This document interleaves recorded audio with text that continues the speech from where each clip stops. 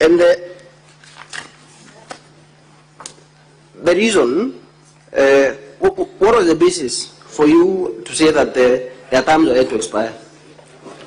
The record in our office of actually nominating those, of vetting the respective nominees, yes, were very clear that those offices are still occupied. They were to expire around December.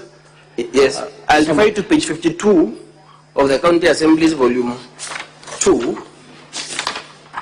For instance, with respect to the Meru County Revenue Board, I want you to confirm whether page 52 of the County Assembly's volume 2, that is the exhibition supported the impeachment motion, the Meru County Revenue Board, the term of the board was extended for 3 years from 15th November 2020, correct? Yes. So it means it was expiring in the 15th of November 2023, correct? 3 years from 15th of November 2020. Very true. So at the time of receiving nominees to the Meru County Revenue Board, in the letter we have seen by the governor, the letter on page 53 of the governor's volume 1B, the Meru County Revenue Board had a fully constituted board, correct? Yeah. And therefore the nominees could not have been appointed to those offices unless the existing appointments were revoked? Yes. Or natural attrition. Or on account of natural attrition? Yes. So I'll take you to the County Assembly's volume 2, the letter on page 58.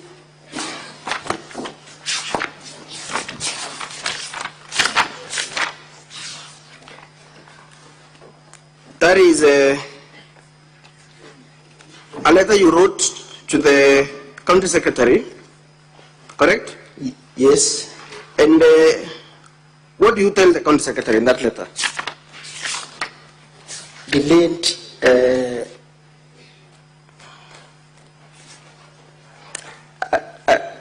are you there? yeah. Yes. What do you say in that letter? The land in approval of board nominees. Pardon. Before you get there, turn to the governor's page 61 in the other volume, volume 1B of the governor. Page 61. The annexure KM 9 Roman 1. That is a letter by yourself, correct? Yes. In response to a letter by the, in fact, you make reference to your letter, to your previous letter dated 20th July. Very true. And what do you inform the county secretary in the second paragraph? This is to kindly not make. This is to kindly make a follow-up on the requested information to facilitate the committee of the forwarded nominees to the various semi-autonomous boards of the county government to the relevant committees of the assembly for vetting, correct? Yes. So you are making a follow-up with the office of the county secretary, correct? Very true. And now turn to the document on page 58 on the county assembly's volume 2. In fact, the first letter is a letter on page 60 of the county assembly's volume 2. After you wrote on the 31st of August 2023, did the county assembly ever receive any other response to that letter for that period between 31st August of 2023 until 15th of July? Did you receive any correspondence from the county Not at executive? all. No. So the next letter you received is on 15th of July 2024, correct? Yes. Do you recall what other activity was happening on the 15th of July 2024 in the county assembly? I think there was an impeachment. You think there was an impeachment motion? Yeah. That is the first impeachment motion that was stopped by the court, correct? Very true. So on the date that the impeachment motion was was forwarded to your office, you received a letter from the county secretary accusing you of, at paragraph 2, of deliberately failing to approve or communicate your rejection of the employees and purporting that you want to cripple the overall performance of the government agencies, correct? Very true. And you respond with a letter on page 58, correct? That is 2 days later, on 17th of July, correct? Yes. What do you tell the county secretary at paragraph 2? At paragraph 1, you make reference to your earlier letter of 20th July, which was close to a year later, because we are in 17th of July 2024. The previous correspondence, when you're making the follow-up, was on 17th of July, was on 20th of July 2023, correct? Yes. There was a letter of 31st of August 2023, which you sent to them from the governor's own documents, correct? Yes. So, at paragraph 2, what do you tell the county secretary? Or let me read so that you can agree with me for the benefit of time. Yeah. As per our communications, the Assembly repeatedly requested additional information and clarifications regarding the filling of available vacancies in the respective boards. Then you urge them at paragraph 3, kindly refer to their aforementioned letters for clarity, and the Assembly remains willing. So, at all times, would you say that the County Assembly was intentional in crippling the functions of the County Executive? It's not true. So, the governor, did the governor respond to that letter? The letter dated, or rather you can down with me to page 62. No, not yet. The letter at page 62 of the governor's volume 1B.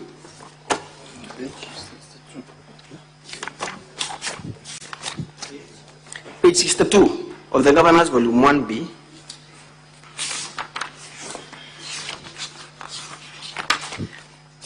That is the response by the governor, correct? Yes. The response by the county secretary. By the county secretary, not the governor. To your letter dated 17th of July, correct? Yeah. So say for these correspondences, I want you to check in your register, your original register, the one that has been, copies have been made and availed to the clerk. Specifically, did your office receive the letters dated, the letter on page 54 of the governor's volume 1B? Turn with me to page 54 of the governor's volume 1B. That is a blue copy, Honorable Speaker. The governor's volume 1B.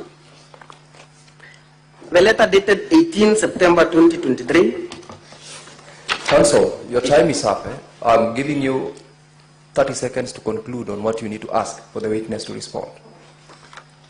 Honorable Speaker, I'll just spend 2 minutes to conclude on this question. It is the very reason why I called this witness. Just 2 minutes. Just close in 1 minute. Very well. Honorable Mr. Witness, the document at page 54. The document at page 54, that is the letter dated 18 September 2023. The document at page 55, still of the governor's volume 1B, and the document at page 56 of the governor's volume 1B. Did your office receive these 3 letters? Not yet. I want you to confirm from your original register. They are not in my record so far. So from your record on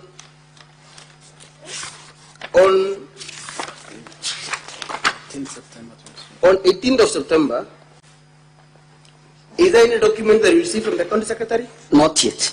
From your records, this is the register that you maintain in your office? Yes. For all correspondences. On the 18th of January, that is the letter at page 55. 11th January, rather, Mr. Speaker, did you receive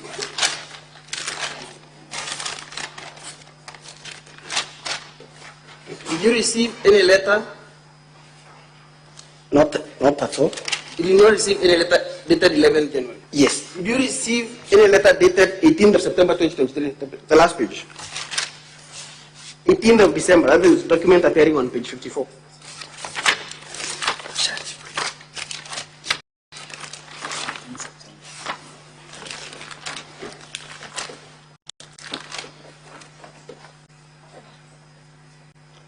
No.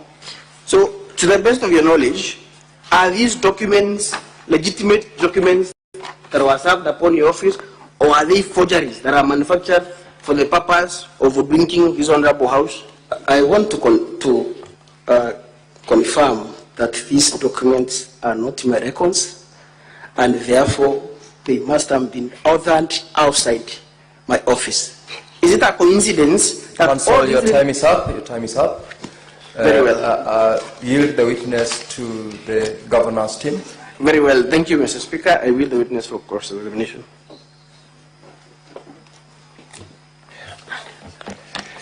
Mr. Speaker, we had been given 1 hour, which we used 20 minutes for the first witness and approximately 10 minutes for the other witness. I will not use my entire 30 minutes, but I just want to confirm that's the range of time that I have. I'll use very less than that. That's the position. Thank you so much.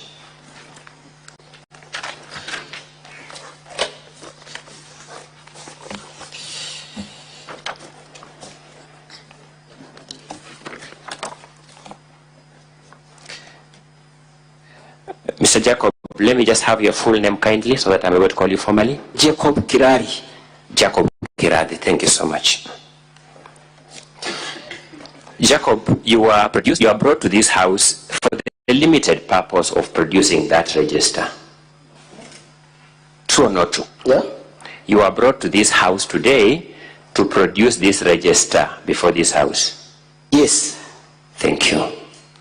For how long have you served as a clerk of Meru County Assembly? From 2020.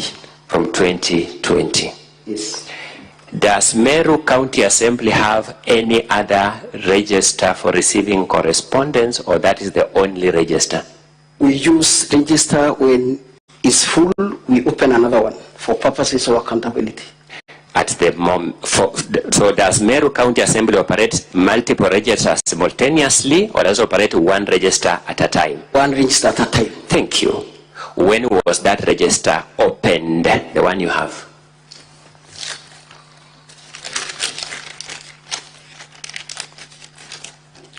It was opened on 15th September 2023. Are you sure of that fact? Answer that question. Are you sure of that fact? Yes. There are papers you are holding with your hand. You have opened many papers. Yes, those ones. What are those papers? There are papers, yes. Remove that staple. But why have you stapled them? That's one of the things I wanted to ask you. Do those papers show correspondence? Do they show correspondence? No, because they are not carrying all the details necessary. You are answering a completely different question. Do they show correspondence? No. What do they show? It was just a writing, which actually are not. Yes, those writings are something. What are those writings?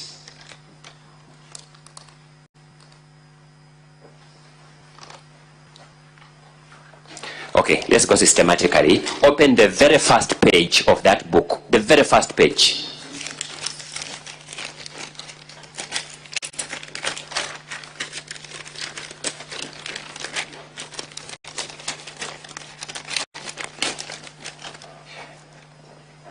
Are we there?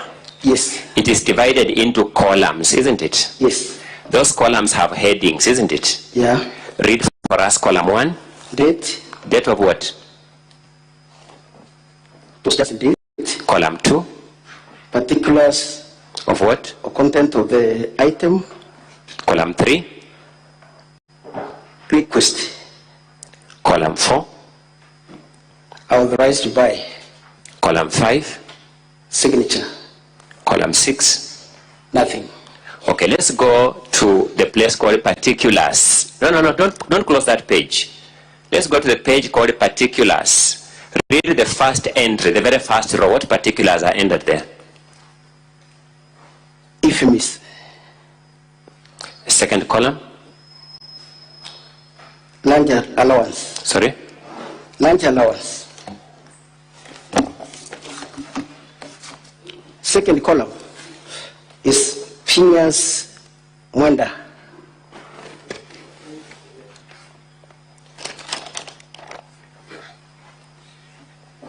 Those entries, sorry, you're actually looking at the second page of that document, aren't you? Yes. Those entries began being entered on that document when? 2015. Look at the cover page of that document. Look at the cover page. The cover. it states what the book is, isn't it? What's the title of that book? Memo registers. It is a memo register. Yes? Is that correct? Yeah.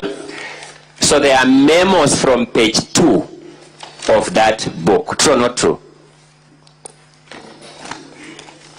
I want to explain that. You will not explain.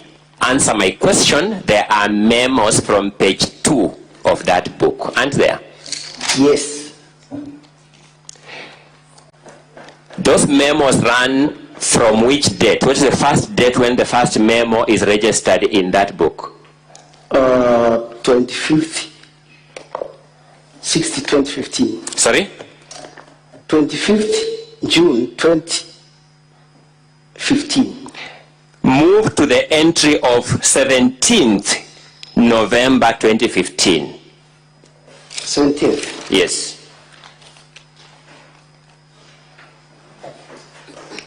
Correct? Yeah. There is a memo on that date, isn't it? Just facilitation. There's a memo for facilitation on that day. Yeah. Is that true or not true? It's recorded, yes, facilitation, but not. Sorry, Jacob. I'm going to I mean, we're just starting. It is true. It is true. Yeah. After that memo entered in that register on 17th November 2015, when is the next entry of any memo or letter in that register? We closed it, yeah? I've asked you a simple and straightforward question. No other in respect to facilitation. What other entry is entered in that book? Other entries as from 15th November actually is from Of which year? 2023. 2023. That is the time. There is no entry of a memo being received in that register from 17th November 2015 to 15th November 2023, a period of 8 years. True or not true? There are other memos, there are other registers in the office. Sorry? There could be other registers there. I thought you told me that you don't operate multiple registers simultaneously. Yes. So if you don't operate multiple registers simultaneously, that book was not full, was not filled as at 17th, but let's move step by step. How many pages of that hard-covered book are full as at 17th November 2015?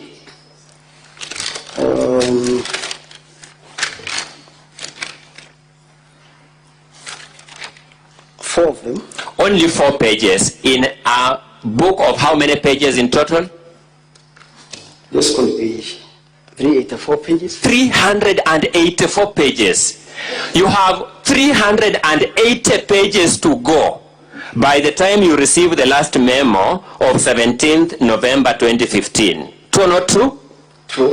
The next memo to be received in that book or correspondence is 15th November 2023. Did I get you right? 15th November, September.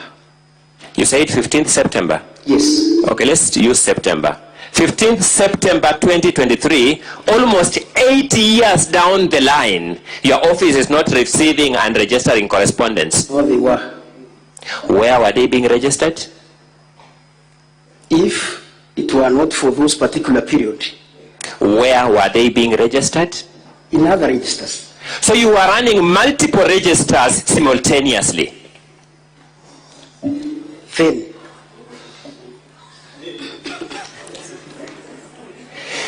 you are running multiple registers in the period between 17th November 2015 and 15th September 2023. doesn't mean multiple.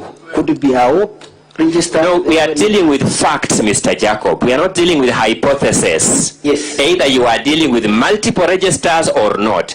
Between 17th November 2015 and 15th September 2023, you are running multiple registers for receiving correspondence. Not true. Sorry? Not true. You are running one register. Yeah, when it gets filled, then you open another one. I thought we agreed, okay. When was that register first used to record correspondence? Which day? First, Yes. that is 2015. No, give me the date. 25th. 25th? Give me the date. 25th June 2015. 25th June 2015. Yeah. It has 384 pages. Yes. Ordinarily, filling that book means using all pages. Does it have any other meaning? Yeah, it will depend with the content which you are using there. I'm saying filling that book means using all pages, the book getting used up. Yes. Am I correct in that understanding? Yes. When was that book completely used up? To date? When? Yes. It's not yet over. It's not yet over. So that is the register. But still. But that register of yours, after 17th November 2015, the office of the clerk, Meru County Assembly, receives no letter for 8 years until 15th September 2023. Mr. Jacob, does that make sense to you? Not true. Does that make sense to you? We just brought the register that has issues. There are other registers without issues. Yes. So you are running multiple registers. No, when a register is over. Mr. Jacob, where are those registers without issues? Where are they as we speak now? They're in the office. Why didn't you bring them for us to fully interrogate this question? I got this information yesterday. Mr. Jacob, what is your professional background? Me? Yes, you. I'm a clerk. Which area of learning are you an expert in? For example, I am a lawyer by training. Then I can be a teacher, I can be an advocate, I can be a speaker of this assembly, but I'm a lawyer. And you? I'm a finance. Sorry? Bachelor in finance. Finance people are very good at record keeping, Mr. Jacob. LLB. Sorry? Degree. Sorry? Also law degree. Oh, you have a law degree? Yes. That's the shocking news of this evening for me, Mr. Jacob. For good reason. So we can talk the same language. Oh, yes. Thank you so much. Mr. Jacob, you know as a law graduate that if facts are within your peculiar knowledge as the multiple registers you have not brought here and you don't bring here, a fact finder like these senators must make an adverse finding against you on that fact. Did you learn that in the law of evidence? Yes. Impeachment hearing and determination of the impeachment charges facing Meru Governor Kawira Mwangaza'S, this being a special sitting of the House this morning. The House is set to hear from the defense. These are counsel in defense of the impeachment motion against the governor. Representing Meru Governor Kawira Mwangaza'S is a team of lawyers led by lawyer Elias Mutuma. And our dear viewers, allow me to hand you over as the Speaker of the Senate is already in the chamber this morning. Enjoy your viewing.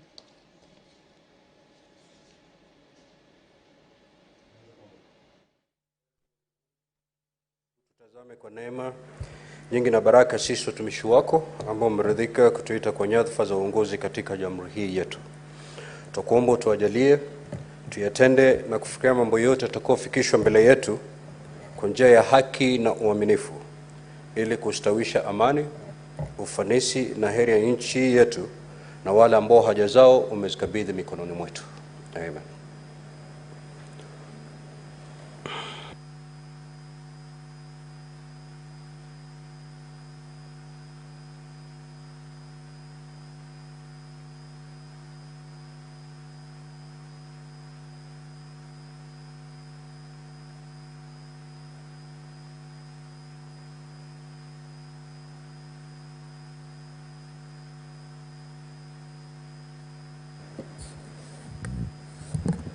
Clerk, do we have quorum? Sergeant at arms, kindly ring the quorum bell for 10 minutes.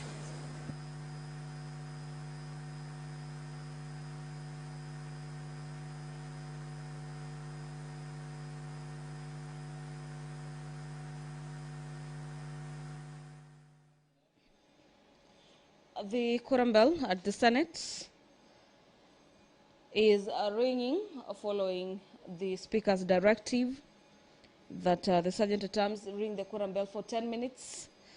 And this is to allow senators to make their way into the chamber this morning, to allow the House have the proper quorum to commence business. We need at least 15 senators this morning for the House to get into the second day and the final day of the matter regarding the impeachment of Meru Governor Kawira Mwangaza'S. But before that, the House will be considering the motion on the joint report of the Departmental Committee on Matters Administration and Internal Affairs of the National Assembly and the Standing Committee on National Security, Defense and Foreign Relations of the Senate on the approval for appointment of Mr. Douglas Kanja Kirocho as the Inspector General of the Police Service. This is the nominee who was just vetted by the Departmental Committee and Senate Standing Committee on National Security, and that report is set to be adopted by the Senate in regards to the findings. Amazing scholarships. You also get assistance with visa consultation. Also, with accommodation and accommodation needs, you get all that information in this one day, this one fair. You are knowledgeable in that area. Yeah. I'm therefore inviting these senators to make an adverse finding that had you brought those registers, these things you are saying are not in the registers would have been found there. Isn't that invitation sound in the law of evidence that you learned? Actually, it's as a result of time when I was told this. Isn't that suggestion of mine sound in the law of evidence that you and me learned? Yes. Thank you. So let's move, let's now make progress. Let's now make progress. Look at the governor's bundle 1B. 1B. My assistant will show you. My assistant will show you. That is a letter received in your office, isn't it? Very true. Thank you. And that the receipt of that letter is not disputed, isn't it? Yes. Go to your register and show us where you have indicated that receipt of that letter. Which page in your register shows that letter received? Check the date, because the register operates on along the lines of dates. The register, which is here, actually starts from September. By the way, let me ask you, you said you became the clerk when? 2020. Where is the register of the documents you have been receiving since you became clerk in 2020? In the office. Sorry? In the office. How many pages is it? It will depend with what is. How many pages is it? It will depend with what is in the store. Sorry? Any register in the store we can use. Is that register full? The one in the office? Yes. Yes. Where is it? It is in the office. You didn't think it fit to bring it here? I never bring it here. Let's go to page 65 of Governor's Bundle 1B. That's a letter undisputedly received in your office. Very true. Where is evidence of receipt of that letter in your register? Also, I told you that the register I have starts the issue of this correspondence as from. The register you have starts from 25th June 2015. You are the one who has read it for us. Yeah.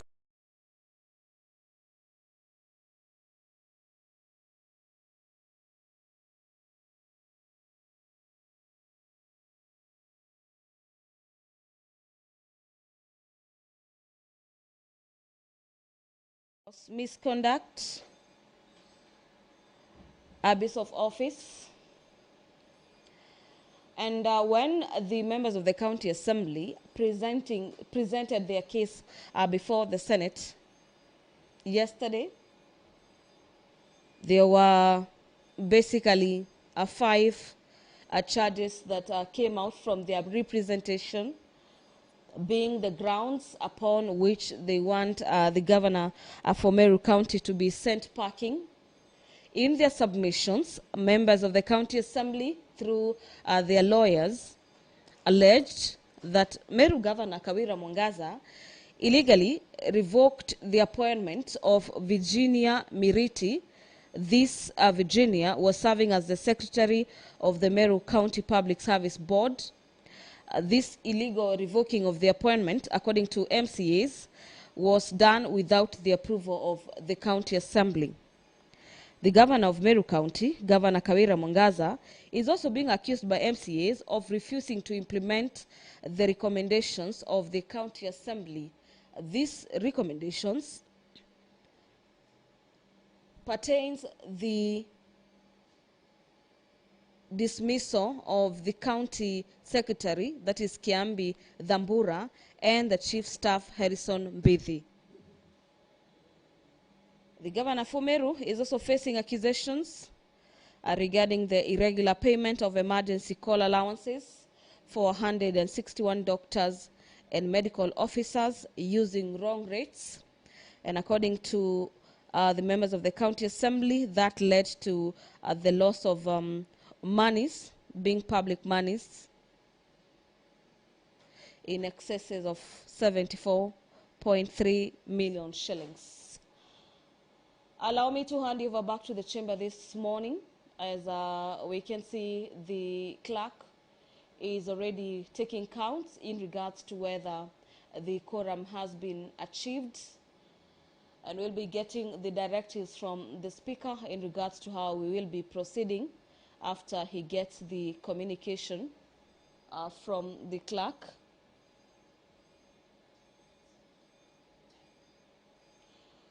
An extra 10 minutes have been added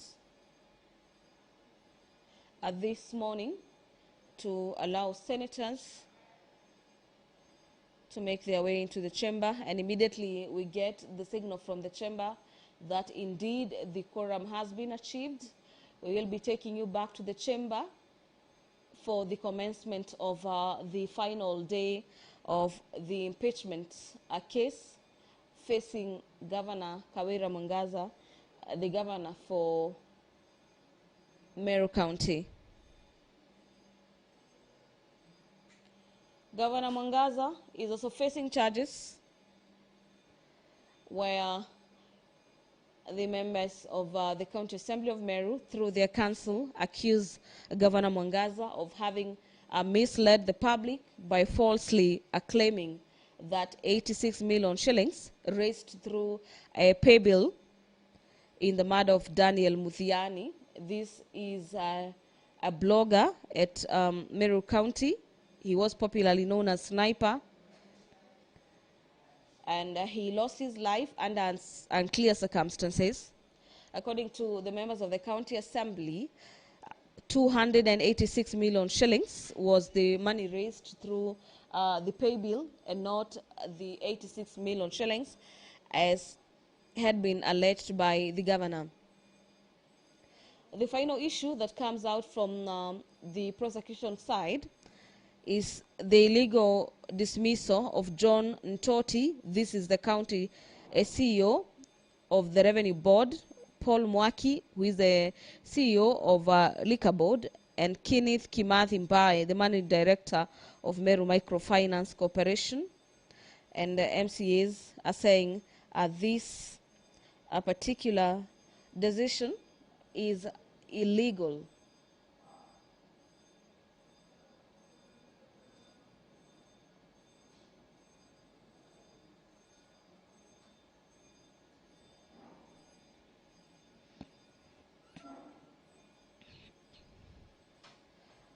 The governor for Meru County is working on a tightrope this morning, as her fate will be determined by the Senate plenary this morning,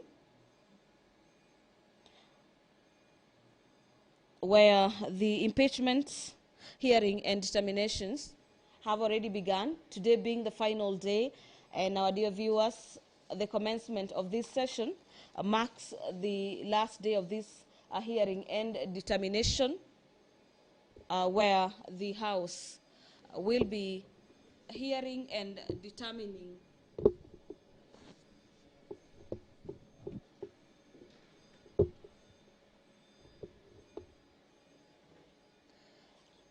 this case facing Mwangaza.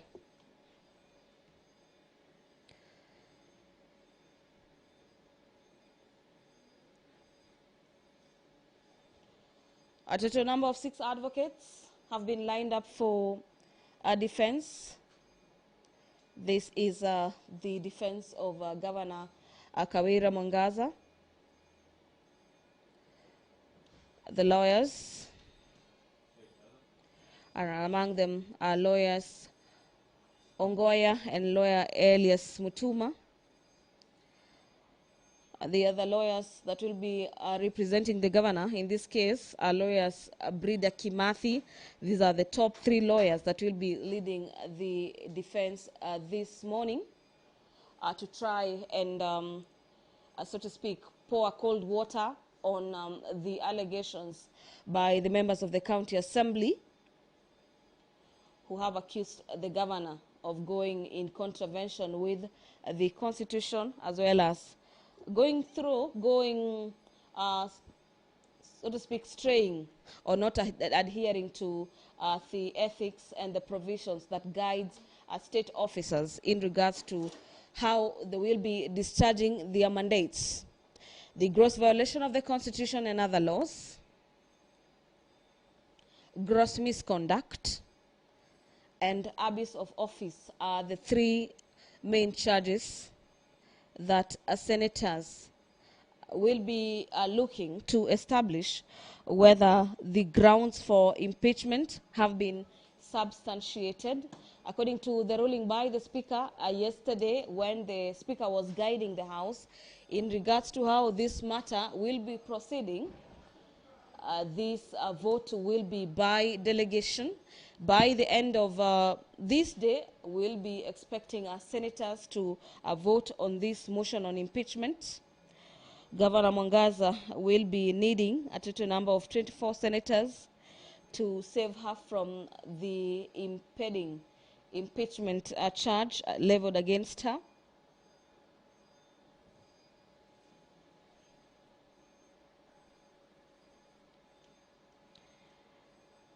And if that number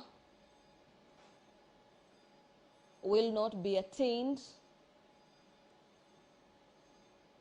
the other way is that the 24 senators will have to vote for a yes or no in this particular impeachment of Meru Governor Kawira Mwangaza.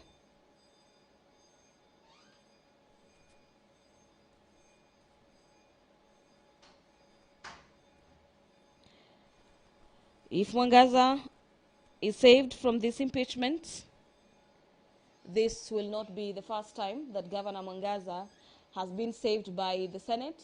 She was just at the Senate plenary yet again last year, and last year by 1, and this House threw out the impeachment charges, and this being the 3rd impeachment hearing that kicked off yesterday. We will be waiting to see how this will be panning out, or how the House will be voting.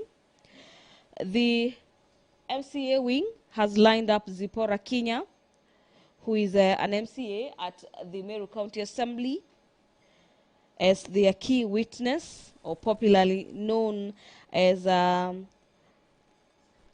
evidence in chief at the Senate, to prosecute the matter before the Senate. The widow of the fallen blogger, popularly known as Sniper, was yet another witness that appeared before the Senate last night to try and put the weight into this case, among other witnesses. They were also cross-examined by the senators for the better part of last night to get to understand where they're coming from with this particular case.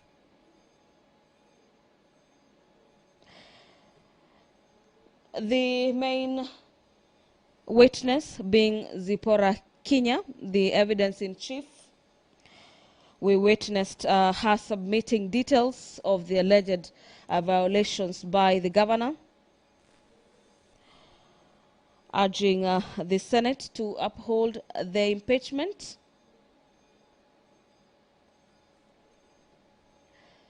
And dear viewers, all eyes being at the Senate this 20th day of August, the year being 2024, the last day of the hearing and impeachment of Meru Governor Kawira Mwangaza'S. This is the third time that Mwangaza'S is coming before the Senate, and when the vote will be taken, in the event the Senate upholds the impeachment, the governor will... Honorable Senators, we do have quorum now, so we'll proceed with the business of the morning. Clerk, proceed to call the first order, please. Order number 1, communication from the chair. Order number 2, motion, joint report of the Departmental Committee on Administration and Internal Affairs of the National Assembly and the Standing Committee on National Security, Defense and Foreign Relations of the Senate on the approval for appointment of Mr. Douglas Kanja Kirocho as Inspector General of the National Police Service. Chairperson, Standing Committee on National Security, Defense and Foreign Relations.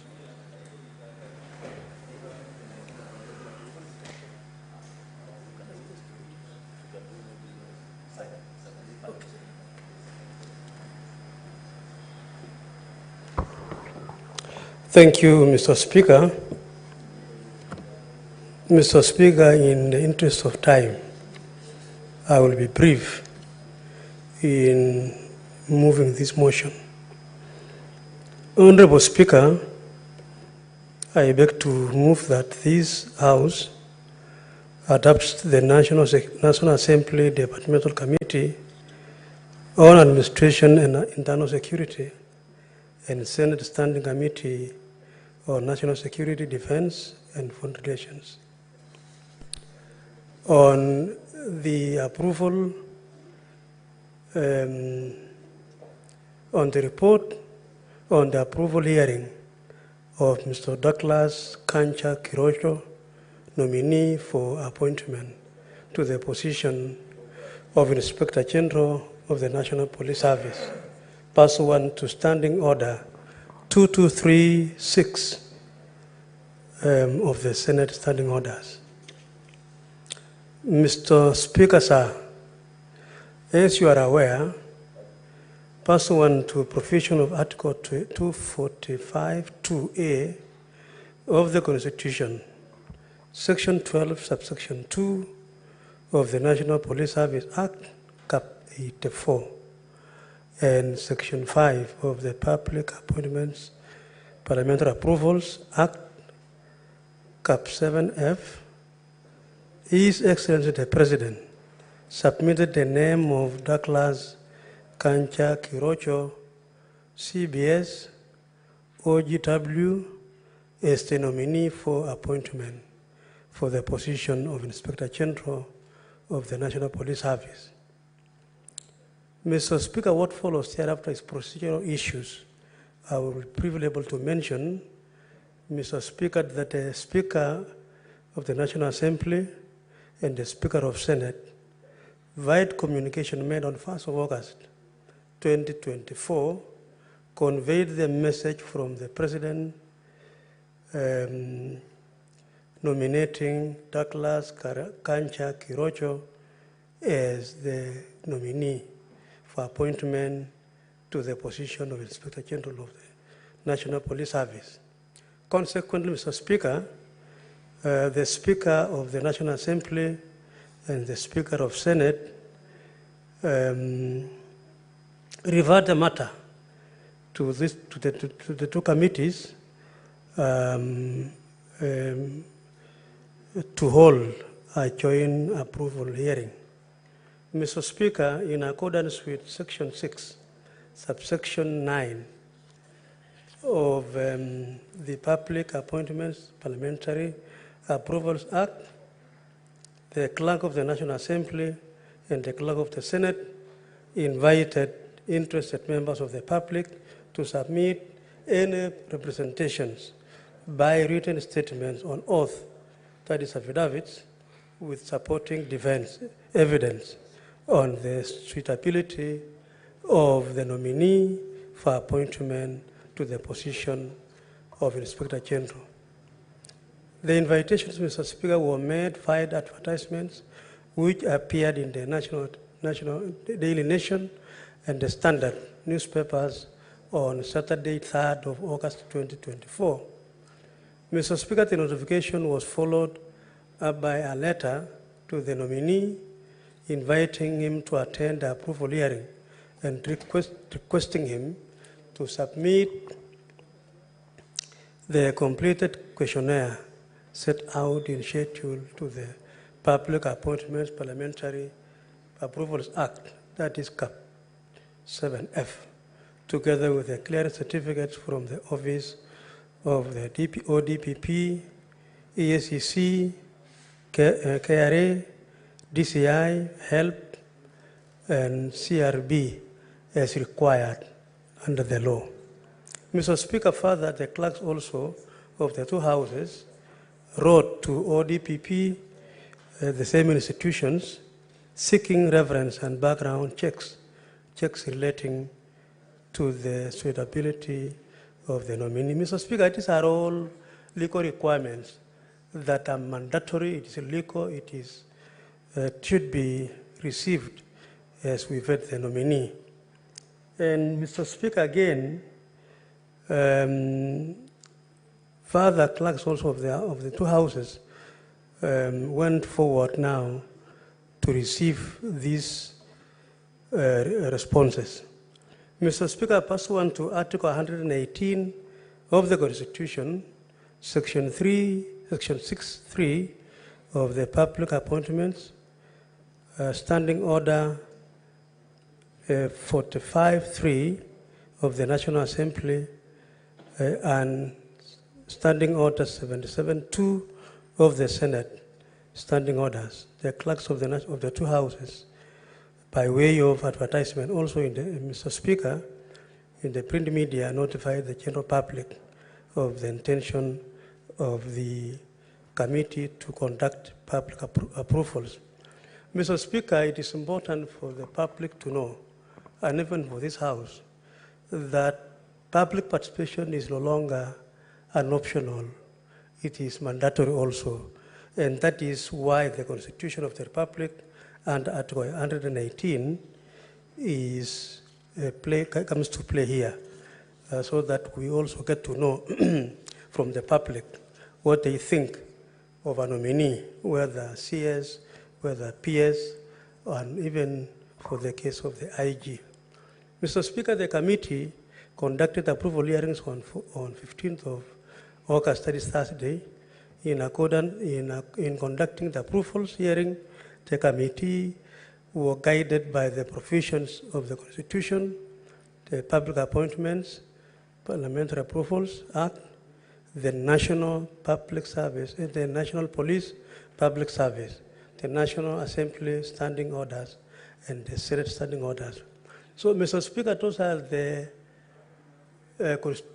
the legal provisions that guided the committee, the joint committee, during the approval hearings. Mr. Speaker, in the interest of time, because, Mr. Speaker, if you look at the report of this joint committee, it is well detailed. Every aspect of what transpired during the approval hearings, Mr. Speaker, are captured very well in this particular report, which is detailed.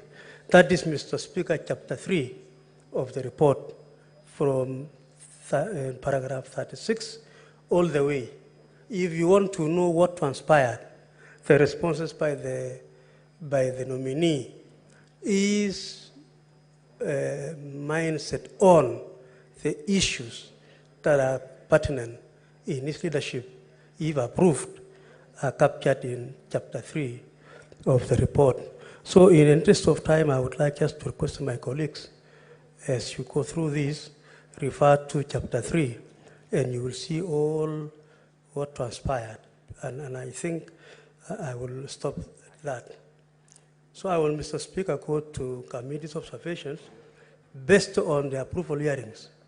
Mr. Speaker, the committee observed that a total of 30 memorandums were received with regard to the suitability of the nominee. Mr. Speaker, memorandums from the public must fulfill certain requirements. It should be supported by an affidavit and the evidence, and that is something that is mandatory also. So out of the 30, two only fulfill the requirements of the law. It had an affidavit in support and evidence, Mr. Speaker. The issues raised in the two memorandums, Mr. Speaker, contesting the suitability of the nominee was sufficiently and satisfactorily addressed by the nominee and do not provide sufficient evidence to warrant the disqualification of the nominee for appointment to the position of IG. Again, Mr. Speaker, the full details of those issues raised by the two Kenyans are also contained. The complaints and the response by the nominee, and also the analysis by the committee as to whether those two complaints really can stop the the vetting of the nominee.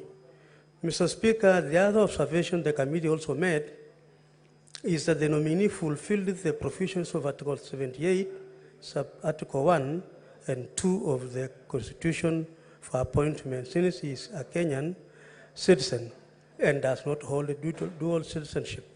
That's a very, very critical point, Mr. Speaker.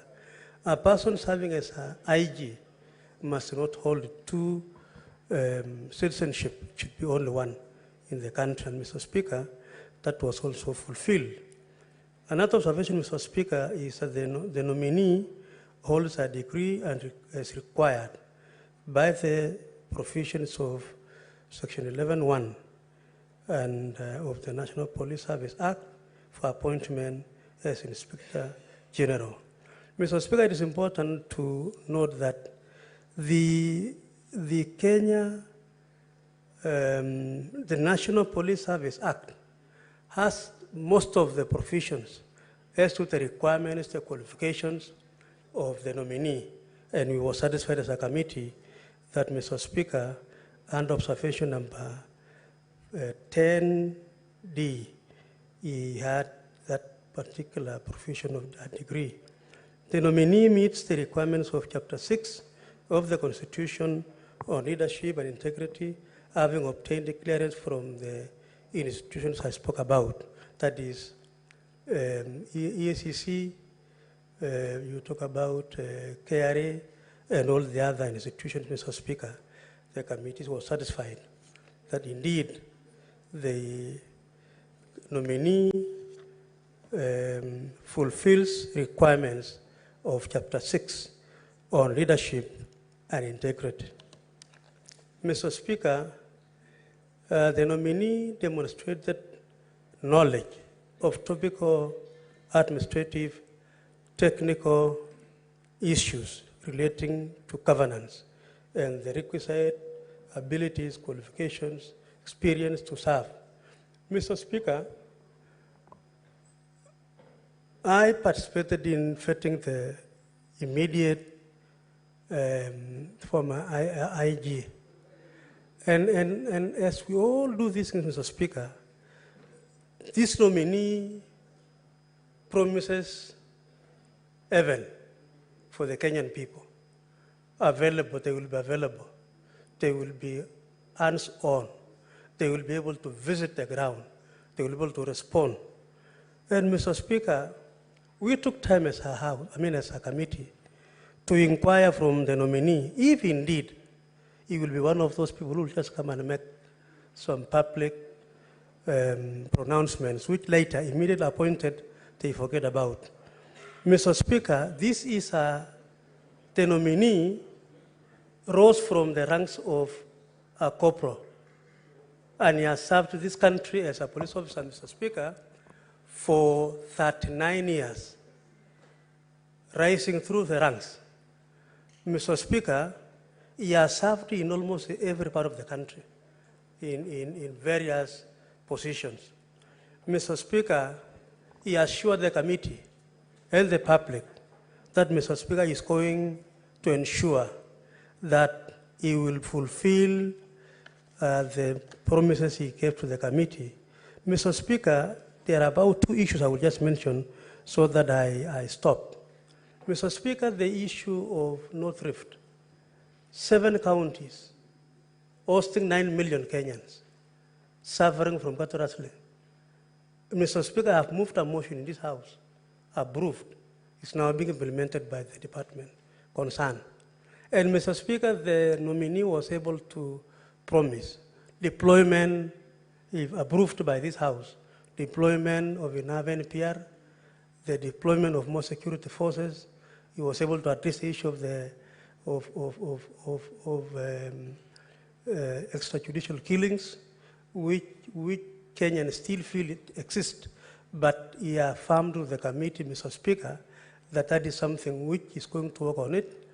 Mr. Speaker, issues concerning the robberies going on in our cities and so on. Matters, Mr. Speaker, regarding the welfare of the members, housing, insurance, and so on. So, Mr. Speaker, if because of time, I will refer members to the report because it has all those issues. And so, Mr. Speaker, I want to say that based on the observations made, the committee recommends that the House approves that Mr. Douglas Kanja Kirocho, CBS, OEW, for appointment as the Inspector General of Police Service. Mr. Speaker, I want to end there and request my brother Mungatana to also briefly second this motion so that members will have a moment to debate before we go to the other matter before the House. So I want to request Mungatana to second. Thank you, Mr. Speaker. I beg to move. Senator Mungatana. To thank the Honorable William Cheptumo, our Chairman for Internal Security Committee and Foreign Affairs, and Gabriel Tongoyo, his counterpart in the National Assembly, for the good work they have done in preparing this report. Mr. Speaker, in seconding the appointment of Mr. Douglas Kanja, I wanted to particularly take this floor to commend Mr. Kanja. I know a lot is going to be said in this House, Mr. Speaker, about his very good qualifications, his many years in service, and his excellent performance up to now. But what I want to really emphasize, Mr. Speaker, is what Mr. Kanja has been doing of late, which I want him to start, not to stop from where he started. Mr. Speaker, we are not saying anything bad about the previous Inspector General of Police. But even in his acting capacity, Douglas Kanja has been communicating to the Kenyan people, especially when we were having challenges in the city and other places with high populations around the country. Mr. Speaker, he would come out and tell us, this is the plan the police have. This is what we expect those who want, for example, to express their opinions, where they need to go, what they need to do. This is the way we are going to handle this matter. Mr. Speaker, This is the expectation of the public. And this is the expectation we want the new Inspector General to carry out. We want proper communication. Mr. Speaker, I have sat in this House and spoken about the responsibility of public officers and their responsibility to speak to Kenyans. When we were approving here Dr. Patrick Amoth, I stood here in this House, Mr. Speaker, and I said, we are having issues that need proper communication. We do not want to be told by bloggers what is happening on MPOX. We want the officials of government to speak with authority on these matters. And Mr. Speaker, I was so gratified yesterday when I saw this new director of public health speaking with authority on the question of MPOX. That is not a matter of the PS. That is not a matter of the minister. That is a matter of an official who is technical in the ministry to speak to us with authority so that we are not exposed to the knowledge, half knowledge and quarter knowledge of bloggers, Mr. Speaker, and then they circulate it as the truth. We want the new Inspector General of Police to be addressing that. Mr. Speaker, the minister has his place. The CS has his place. But, Mr. Speaker, we want, when it comes to security matters, the Inspector General of Police must be seen, must be heard, must be felt within the Republic of Kenya. Mr. Speaker, when we see the minister going to Baringo and what, he is a policy man. What we want is the person in charge. What is it that you have done? How many people have you deployed? How much money are you using for the operations? We want people who are holding public offices to speak with the authority of that office so that Kenyans can get the value for money. When there is a gap, Mr. Speaker, we have problems. We have rumors. We have false information. For example, Mr. Speaker, when we had the recent demonstrations that happened, it was the responsibility of the Inspector General of Police to come and say that this is what transpired. The estimated value of property lost is this. We lost some people as police officers, and this is the number that we lost. And the public also, condolences, we lost, and this is the number. You speak with authority and impartially. But, Mr. Speaker, we've even had arguments about the number of people that we lost, unfortunately, Mr. Speaker. And we have not been able to be told. When we say our people are involved, we want the police authorities, and we want Mr. Kanja to take this official position without fearing the political, because with us, we will never be satisfied with what we do. There'll be those who will be telling you what you're doing is rubbish, and there'll be those who will be telling you what you're doing is good. But what you need to come out to do is to tell us impartial position. Mr. Speaker, I want to speak about the question of his responsibilities. If you look at the Police Act, Mr. Speaker, Cap 84, one of the things he is supposed to do is to establish broader relationship with the society. Mr. Speaker, I was going to request Mr. Kanja, because we are approving him as the new Inspector General, that he must come out and set a certain legacy around him, that in his time, the Kenyan police service actually became the police service. It did not change to become a police force. We should be able to have that confidence as Kenyans, not to run away from police officers when we see them, but to be able to approach them and speak to them.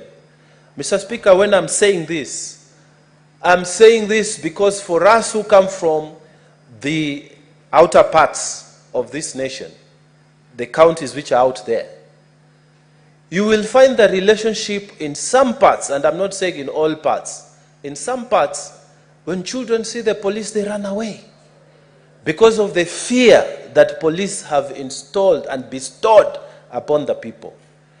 May you come out as the Inspector General of Police who set up a new standard that the police officers, we approach them with confidence like they do in other parts of the world, that we are able to talk to them and speak to them. I don't need to be a member of parliament, a member of county assembly, a member of the executive, or any person in government for you to listen to me. Any person, Mr. Speaker, should be able to be heard.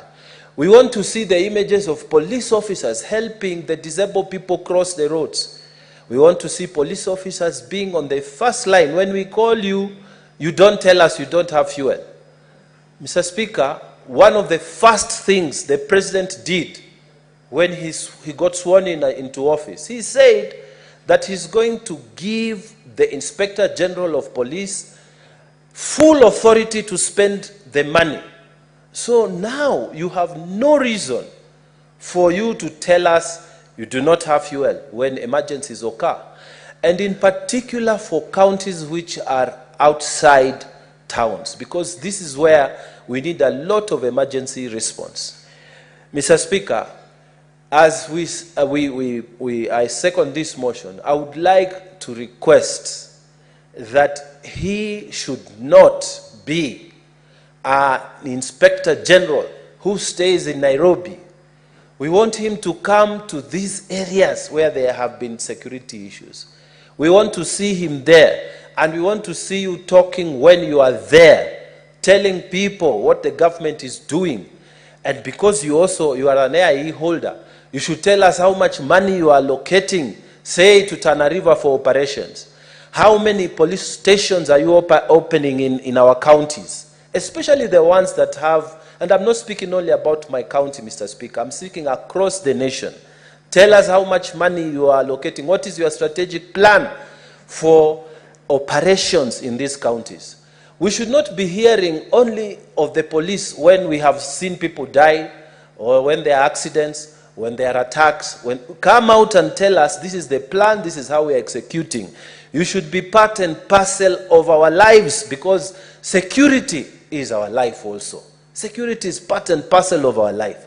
You should be coming to the televisions, to the radios, to the whatever, speaking to us of your plans, so that we don't wait for things to happen. That's when we see you. We want you to tell us in advance that I will be coming to Tana River County, and this is the plan. We have this number of police stations. This is what we are doing, so that we walk with you. Mr. Speaker, I really want to commend to this Senate and even effectively the Republic of Kenya, this new officer who has served for so many years, 39 years, with distinction. So we ask that we support him, and I beg to second this motion. Thank you, Mr. Speaker. Senator Mundege, have a seat. Honorable Senators will now proceed to propose the question. The Senate adopt the joint report of the Departmental Committee on Administration and Internal Affairs of the National Assembly and the Standing Committee on National Security, Defense and Foreign Relations of the Senate on the approval hearing of the nominee to the position of Inspector General of the National Police Service laid on the table of the Senate on Monday, the 19th of August, 2024. And pursuant to Article 245, 2A of the Constitution, Section 12 of the National Police Service Act, Section 8 of the Public Appointments Parliamentary Approval Act, and Standing Order 77 of the Senate approved the nomination of Mr. Douglas Kanja Kirocho for appointment to the position of Inspector General of the National Police Service. Now the floor is open.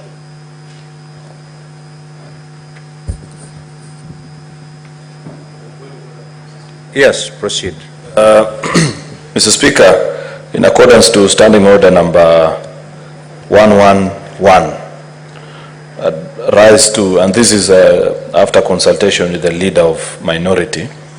Mr. Speaker, you understand the kind of schedule we have today. We have an impeachment hearing. Yesterday we left here at midnight, and with the Assembly only having presented their side. Today we have the defense, and they have quite some work. So we consulted with the leader of minority, arise with, in accordance to Standing Order number 111 on limitation of debate.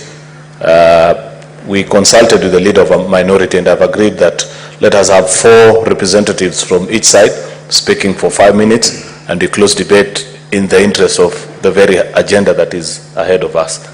Therefore, that's a request I'd wish to make. I request the leader of minority to second. Minority Leader, can you confirm that that is the position? Yes, I do. Very well. So we will take 5 from each side, each speaking for 5 minutes. Senator Wambua Kiyo.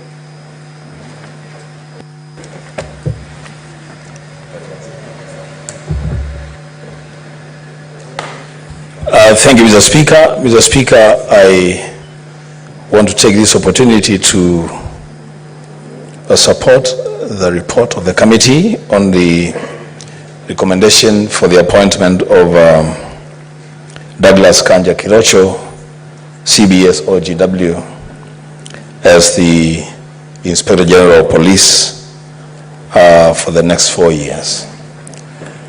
Mr. Speaker, as we wish Douglas Kanja well in the service, the Speaker, we want to remind him of a few things. That Mr. Speaker, following the enactment of the Constitution of Kenya 2010, the police force then was changed into a service. And the service, under that service, Mr. Speaker, is when we created the office of the Inspector General of Police. Mr. Speaker, from Article 243 of the Constitution up to Article 245 of the Constitution,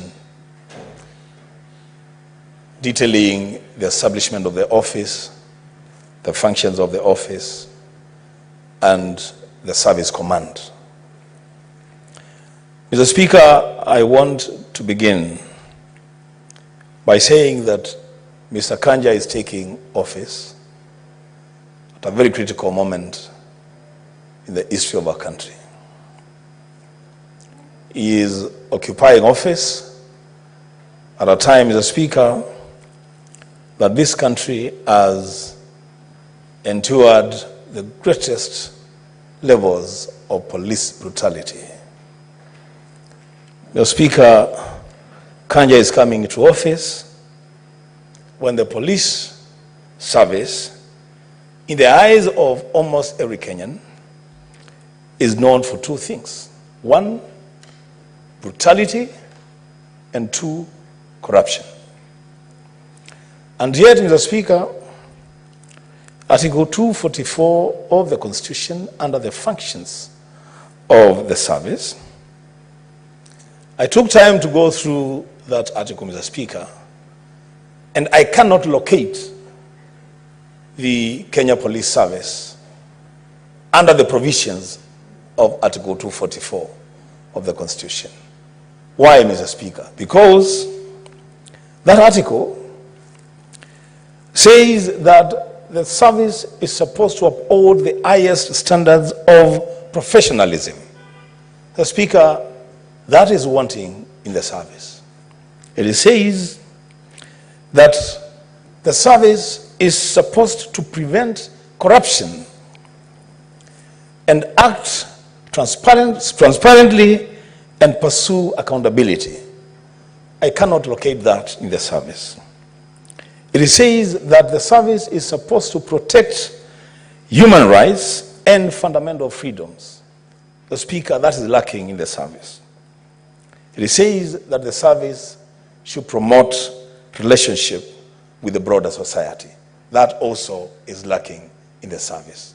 Mr. Speaker, I have listened to Senator Mugatana seconding the motion, and he spoke from my mouth that, Mr. Speaker, a time has come that perhaps the head of the police service must work extra hours, extra time, with greater dedication to change the face of the police service so that a person in dire need, a person who needs help, and they see a police officer on the streets, they run to the officer because the officer will provide help at the time of need. As we speak today, Mr. Speaker, if you are lost in the streets of Nairobi and you see a police officer, it will be very difficult to approach them for help, because probably what may happen is that they may mislead you or even arrest you, Mr. Speaker, and they might even charge you, threaten to charge you with loitering with bad intent. Mr. Speaker, this service must be reclaimed. The glory of this service must be reclaimed. Mr. Speaker, the IG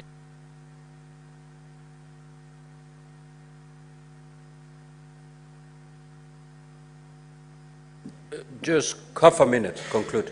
Thank you, Mr. Speaker. Mr. Speaker, the IG is coming into office at a time that there is need for him to exercise full independence as provided for in Article 245 of the Constitution.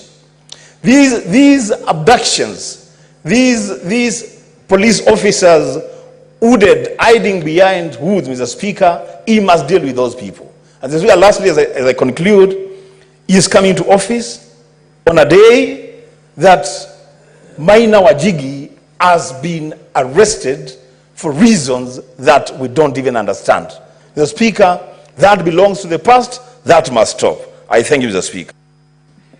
Senator Chute.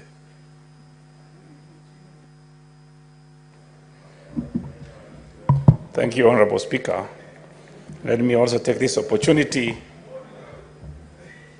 to rise to support this motion.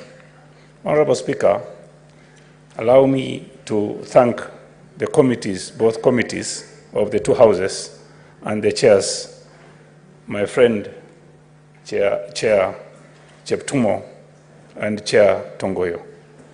Honorable Speaker, our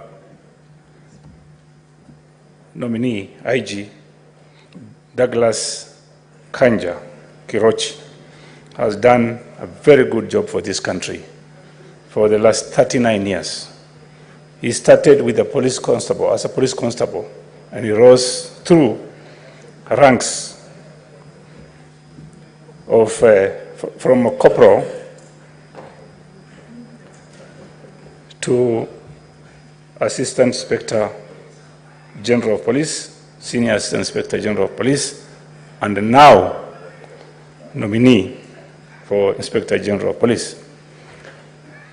Honorable Speaker, I want to also take this opportunity to congratulate the nominee.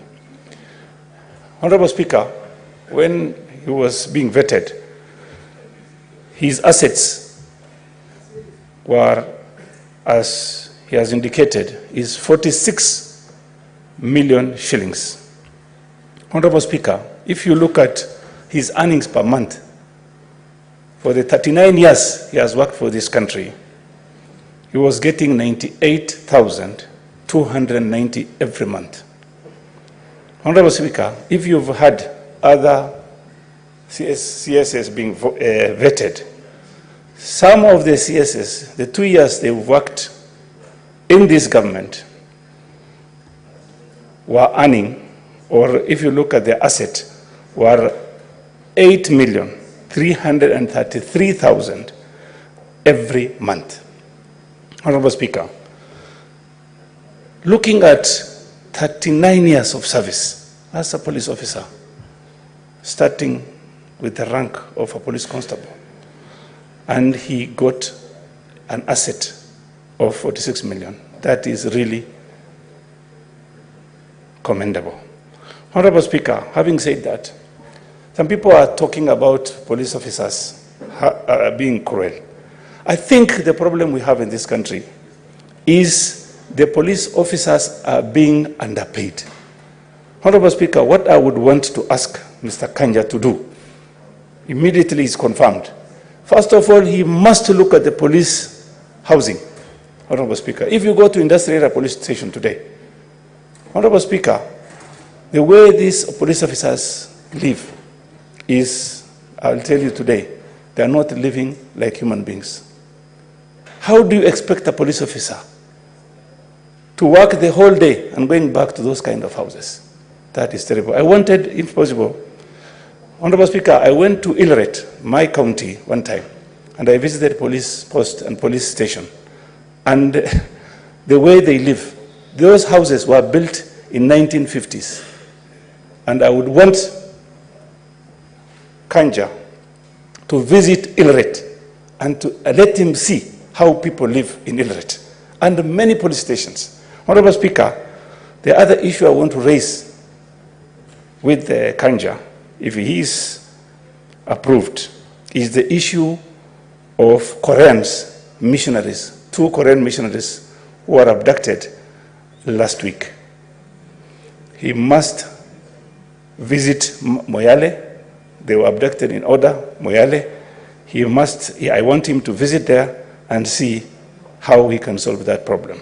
The other issue I wanted to raise, Honorable Speaker, is the issue on the Ethiopia-Kenya border. We have incursions from Ethiopian military regularly into Ethiopia, into Kenya, mainly around Anona, Elebor, and around Sololo areas. Honorable Speaker, our people have suffered. There are IDPs in Sololo as we speak because of the issues we have from the Ethiopian military. The other issue is the issue of NPR. I want Kanja to visit Marsabit, to visit Samburu, visit Garissa, Mandera, Turkana, and Pokot to address the issue of NPRs. We have a lot of shortages on that side. Finally, Honorable Speaker, there are barriers on this road from Moyale to Isiolo. We have got 18 police barriers. I want Honorable Kanja to address the issue of all these barriers. What are these barriers for? Why do we keep police barriers? They can do patrols. Why do you keep barriers on the roads? And these are all toll stations. Senator Crystal Asige.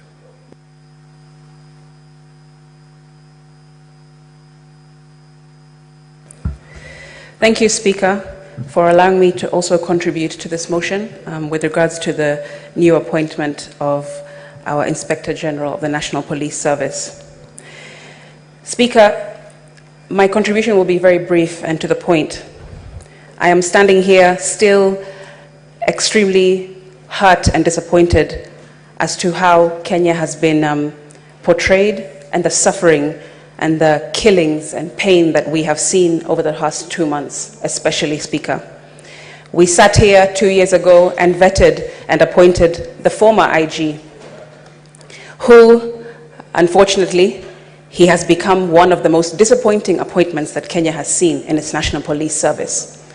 And I say that honestly and sincerely, Speaker. With this new IG appointment, Speaker, and the vetting that has been done with the Joint Committee, I don't think that 39 years of a career will do it for me. I don't think that a CV really tells what somebody is, his or her morals, and what they intend to do once they get into a position. A CV is just a piece of paper, Mr. Speaker. And an interview process, anyone can speak and have the gift of the gab, as they call it, and woo the entire committee. But frankly, to me, Speaker, the proof will be in the pudding. The proof will be in what he does in his first 100 days, in his first year, in his first day in office, Speaker. That will be what will determine the intention of this new IG and where he would like to take the National Police Service. Speaker, 2 months later, we still have conflicting police reports, and I wish that this be his first order of business. Conflicting reports on how many people have died in the anti-government protests the last 2 months. We have heard the president give his number, IPOA give their number, the Kenya National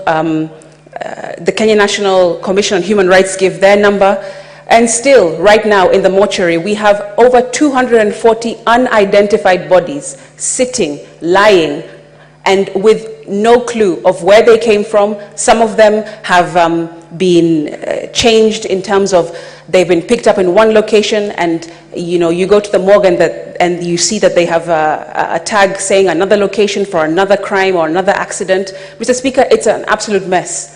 And I wish that this become his first order of business and become his priority if and when he gets into office. Mr. Speaker, 2 months later still, we still have bodies, like I said, unidentified. We have abductions still going on, with the most former that has gone viral on the internet being of a popular blogger named Maverick Auko, just released yesterday. Mr. Speaker, 2 months later, we still have families who are left in the dark. They don't know where their kids are, their family members, what their is your loved point ones. of order, Senator Mandago? Honorable Speaker, Standing Order 105 on statement of fact. I've heard Senator Asige say Aogo was abducted. There's a difference between police arrest and being abducted. I think it is time that we also set record straight that the police must be left to do their work. That is the reason why the Honorable Parliament... Order, Senator Kiyo. Minority Leader. Order, Senator Mazai. Yes, Honorable Speaker, you must protect me, because I get surprised Proceed. when senior counsel like Omogin, who was in this house and passed the Cybercrime Act, would want to gag the police from doing their work. Can Senator Asige substantiate the allegation of abduction? Otherwise, she should withdraw the statement and apologize to the police of this country. Senator Christian Asige, you have made a very heavy statement that a blogger was abducted. Are you in a position to substantiate that claim? If not, then you may proceed to withdraw. Mr. Speaker, as I was contributing, perhaps a good senator from Wasingishu didn't hear me correctly. What I said was that on social media there are reports of a blogger who has been abducted. I did not say, Speaker, anything else apart from that. Speaker, I'll continue. What I was trying to continue to say is that there are still families who are also left in the dark. Senator Christian Asige, you've said abductions are still going on. I heard you correctly. Right. Abductions don't happen in social media. Speaker, the reports that are coming from social media, I said, are that there are still abductions ongoing. But, social media may not be the correct source. Correct, Speaker. And I hope that the new IG that is incoming will unturn every single stone so that we can get down to the bottom of these Honorable reports. Senators, order. Did you verify the information you got from the social media, Senator Crystal Asige? Speaker, I was continuing to say that I'm hoping that the new IG will take it upon himself to prioritize unturning all of these stones and all of these allegations that are ongoing, so that we can find out the truth and he can do his job in informing the country of the true position of what is going on. Speaker. Proceed. Thank you very much, Speaker. Speaker, families should also be given information about their whereabouts of their loved ones who are still missing, who are still seeking for answers to questions that they've been having over several months now, Speaker. Mr. Speaker, I also want to say that I hope that the new IG will take note of the court ruling that has pronounced itself clearly about using live bullets, about clothing, and masked officers roaming our streets, Speaker. I hope that this will also be rectified through his tenure when he reaches the office that he is going to assume soon, Speaker, because these kinds of things cannot continue in a republic of Kenya. We are not a banana republic, Mr. Speaker, and I hope that this is definitely prioritized by the new IG. Mr. Speaker, I hope that he works to follow the law, not work to follow anyone else's orders or anyone else's opinions or anyone else's way of doing business, Speaker, is what I'm saying. The law is clear and it's very concise, and he needs to, hopefully, I want to believe that he will be following it. Senator Sick.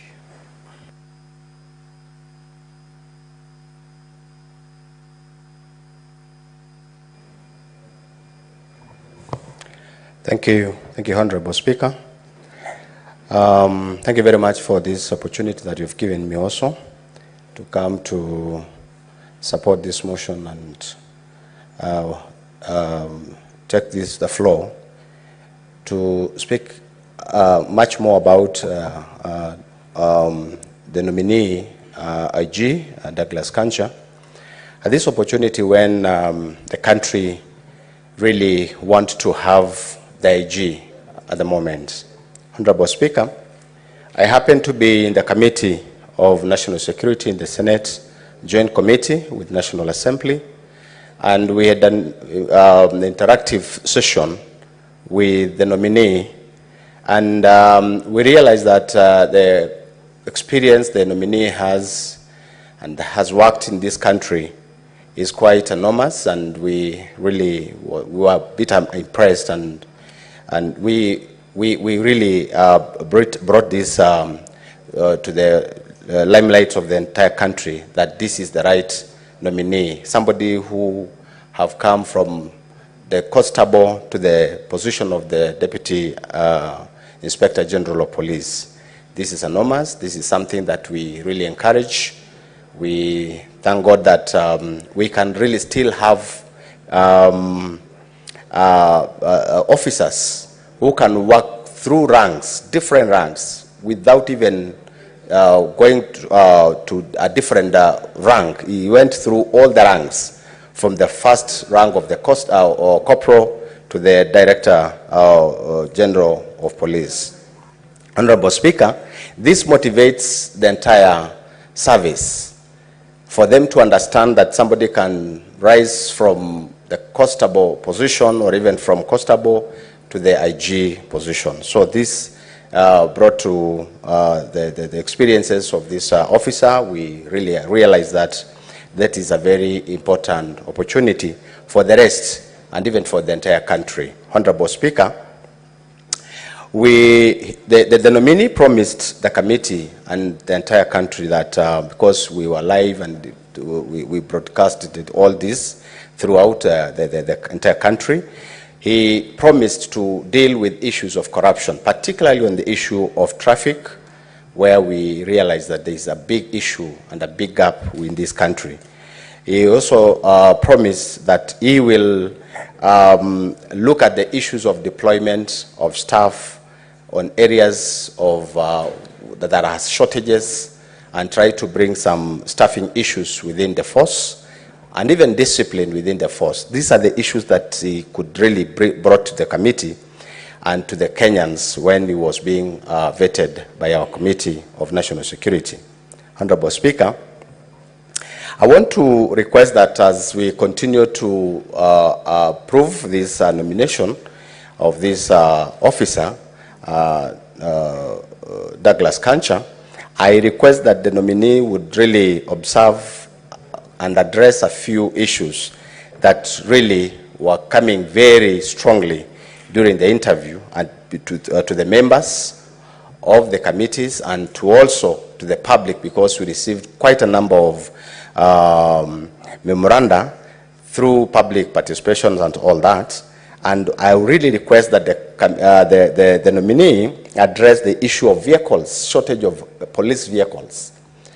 we realized that a number of stations, police stations, has no vehicles.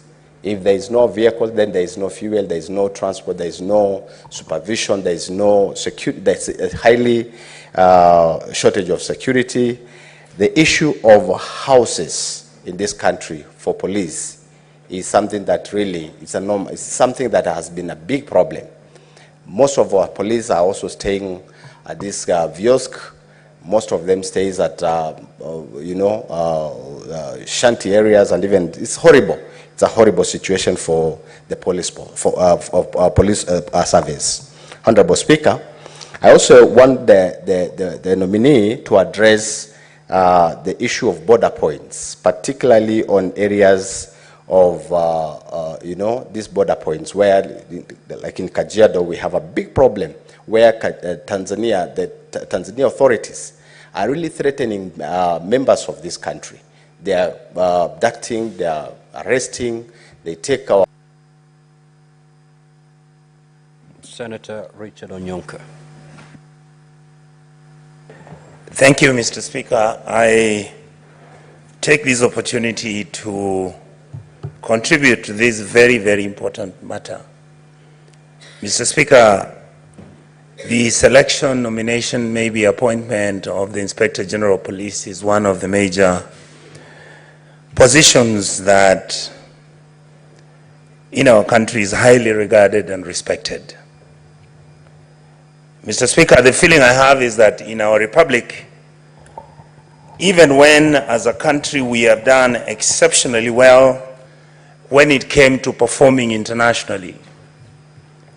And Mr. Speaker, because of the institutional memory, many of my friends here may not know that or remember that Kenya is actually the country that provided security teams from the Kenyan Police Service to go to Namibia to set up their police system after their independence. Kenya did the same in Zimbabwe. Kenya did the same in Rwanda. And right now, Kenya is in Haiti. Internationally, we've kept a highly respectful kind of engagement, and people have known us as a country that believes in the rule of law and a country that has performed quite reasonably well when it came to our police service. But then, Mr. Speaker, one of the things that I have observed, and I happen to be very lucky because I've been around for quite a while, the police service that we have right now is actually dysfunctional. One of the issues that I would like to raise, and my colleagues and friends here have raised this issue, Mr. Speaker, is that you can't have a police officer who stays in a mud hut with him and his colleagues, even sharing rooms with their wives.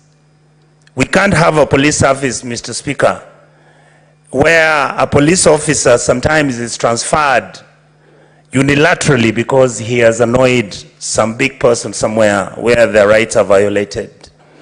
We can't have a police service where I keep talking about their salary for obvious reasons, because I would spend most probably a whole day discussing how we have mistreated our police service. And yet indeed, because of this dysfunctionality, Mr. Speaker, the police service, the Kenyan police service, has failed us miserably. The recent events that you saw happen, my colleagues have talked about unilateral arrests.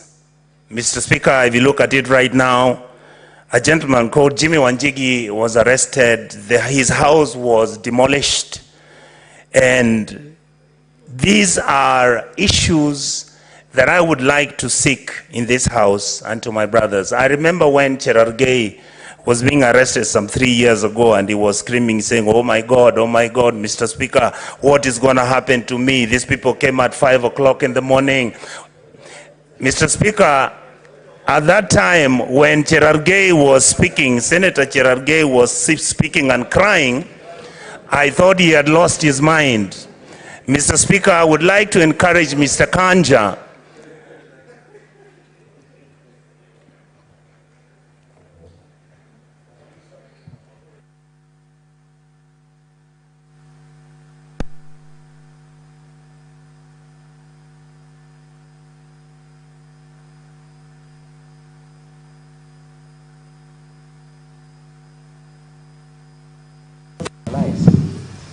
Mr. Speaker, I stand under Standing Order 101 and 105 on statement of fact. Mr. Speaker, is it in order to go on the answer of this House that I was yelling and crying? Me, I'm a dry Kalenjin man who was circumcised in 3 a.m. in the morning. Is it in order for the senator of Kisii to insinuate I was crying? In fact, I was arrested naked, but I've never cried about it, Mr. Speaker. Can he apologize to me and the great men of Nandi and the people of Nandi, Mr. Speaker, in the spirit of Koitalel Samoe and the Talai, Mr. Speaker?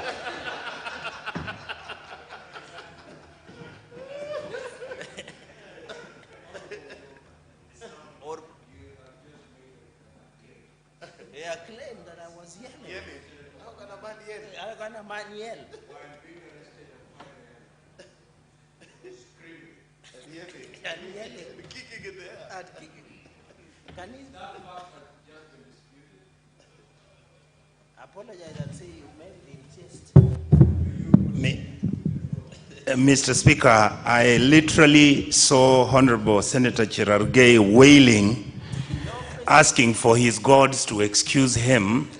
And when I asked him what was the problem, he told me he had seen Mr. Matiang'i the night before. It was scary for him, Mr. Speaker. I'm using this argument, Mr. Speaker, to justify... Yes, sir.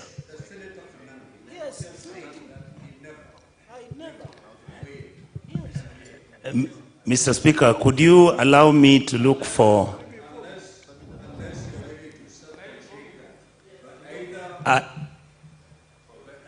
Yes. I promise to deliver the video, sir, because I wouldn't wish... Mr. Speaker, Honorable Okongo Mogeni would like... I have not given that permission. So upon our return, because yes, we'll proceed on recess today. Yes. At the adjournment of this House, we proceed on recess. Once we come back on the 17th of September, I'll provide the video and show how he was crying. Now proceed to conclude. He was wailing. Proceed. Mr. Speaker, I wanted to say that I plead with the new Inspector General of Police to make sure that he carries himself with the dignity that he has. Mr. Kanja is somebody we all know. I would like him to look at several issues, but I want to plead with this House and the National Assembly for the police service to perform. They have always said, and I believe them, Mr. Speaker, because we went as a committee and met the team from the police service during the Shakahola hearings. And Mr. Speaker, our forensic labs hardly work. The police vehicles don't have fuel. You find that the police officers don't even have insurance for themselves. You find that most of the issues that are involving the police are treated casually. I would like to plead that we provide them with the necessary funding, make sure that this aspect of corruption and aspects of roadblocks being stationed everywhere on our roads, I think it needs to be rationalized. And to finish, Mr. Speaker, I would like to say that I hope that Mr. Kanja will do an excellent job, make sure that this House interfaces with him, because we are the ones who will be oversighting him. I believe that he is a man who's capable of understanding that he must be seen to offer justice, he must be seen to be fair, and he must be seen to be a person who's willing to make Kenya a better place than he found it. Other than that, Mr. Speaker, I'd like to say that I honestly do feel that Mr. Kanja will be able to manage this office, and I hope that my colleagues in this House will be open enough for us to make sure that we begin to change our systems which are failing. Our children who are killed, we don't have the data. That has already been mentioned, Mr. Speaker. So I would like to say that some things we need closure, some things we need to be honest with ourselves, because if you don't have justice, you cannot have peace. Thank you, Mr. Speaker, with those very few remarks. Senator Kenyu. Senator Kenyu. Asante sana Bwana Spika kwa kunipa fursa hii. Bwana Spika, kuanzia mwanzo nataka kumpongeza Douglas Kanja kwa kuteuliwa kuwa jenerali mkuu wa polisi. Bwana Spika, ni vizuri julikane wazi na Kanja wakati anapokuja aje akijua ya kwamba kazi kuu ya serikali yoyote ni kulinda mali na maisha ya wananchi. Bwana Spika, Bwana Spika, ukitembelea sehemu nyingi za bonde la Ufa hasa Laikipia, Bwana Spika, unapata wakati mwingi watu wanaishi kwa maisha ya kukimbizwa na kuibiwa na hawa wezi wa mifugo. Bwana Spika, kwa hivyo Bwana Spika, ningemuuliza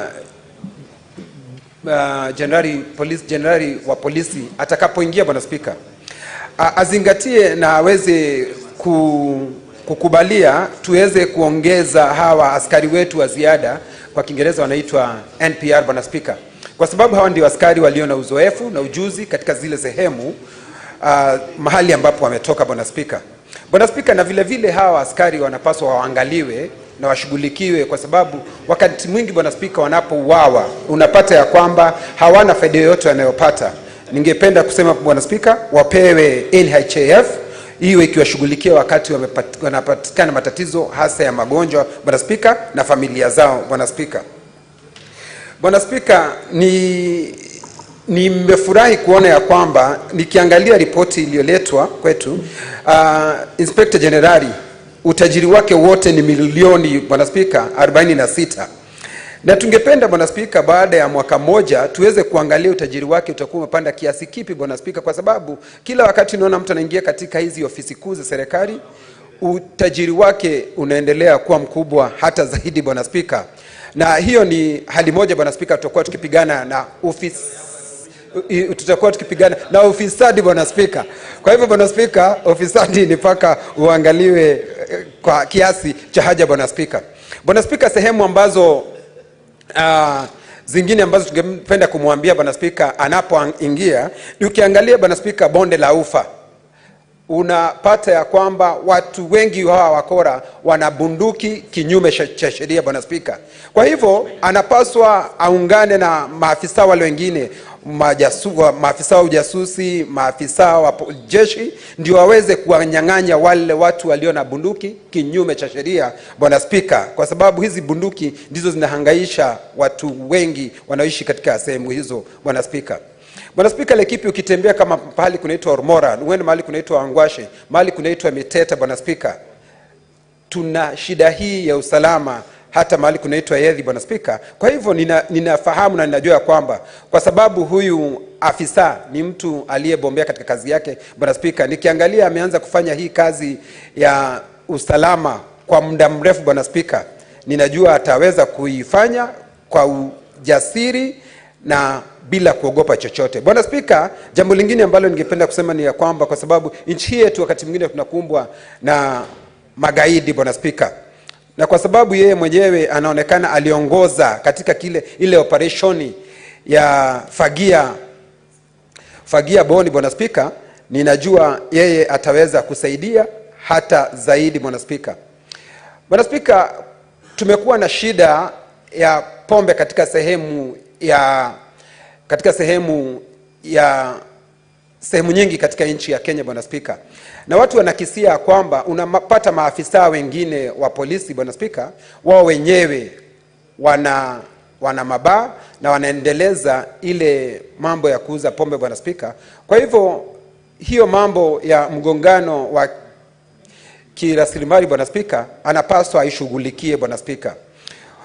Kwa mambo, Bwana Spika, ya maandamano yaliyokuwa yakifanyika katika nchi ya Kenya, sisi tulitoa mwongozo hapa, Bwana Spika, na tukapitisha vile ambavyo serikali inapaswa kufanya, Bwana Spika.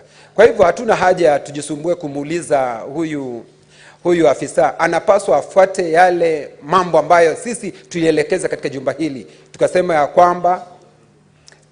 ya kwamba wale ambao waliuawa, Bwana Spika, wanapaswa kufidiwa na serikali, Bwana Spika. Tukasema wale walioko katika hospitali, Bwana Spika, wanapaswa kufidiwa na serikali. Kwa hivyo mimi ningependa kusema ya kwamba nampongeza huyu afisa, na kwa sababu ni mtu aliye na uzoefu, tukiangalia katika historia yake ni mtu aliye na uzoefu, sina shaka mimi namtakia kila raheli katika jukumu hili mpya alilopewa, Bwana Spika, la kuongoza askari wetu, na tunajua ya kwamba baada ya muda aliyopewa tutaona kazi atakayokuwa ameifanya. Bwana Spika, nashukuru na nasema asante.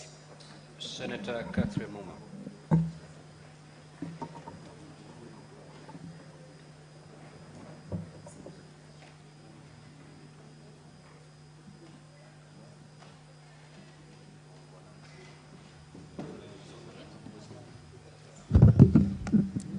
Thank you, Honorable Speaker, for the opportunity to contribute to this motion.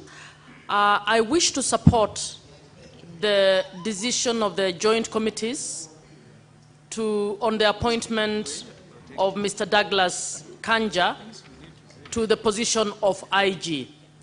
Mr. Speaker, as we support his appointment, I would want to send a message that when we passed the Constitution of Kenya 2010, we actually intended that we move from the police force to a police service. Mr. Speaker, Article 244 of the Constitution that guides on how the police can be a service has to date not been implemented. The police continues to be a force rather than a service. My plea to the incoming IG is that this is a golden opportunity for you to be the first IG to make a serious attempt to implement the police as a service. And I believe if you implement the police as a service, this will benefit everybody in the country. It will benefit communities, it will benefit families, it will benefit the government, and we will be a better off community. Mr. Speaker, I would want to speak to a few particular issues that I think the IG must pay attention to.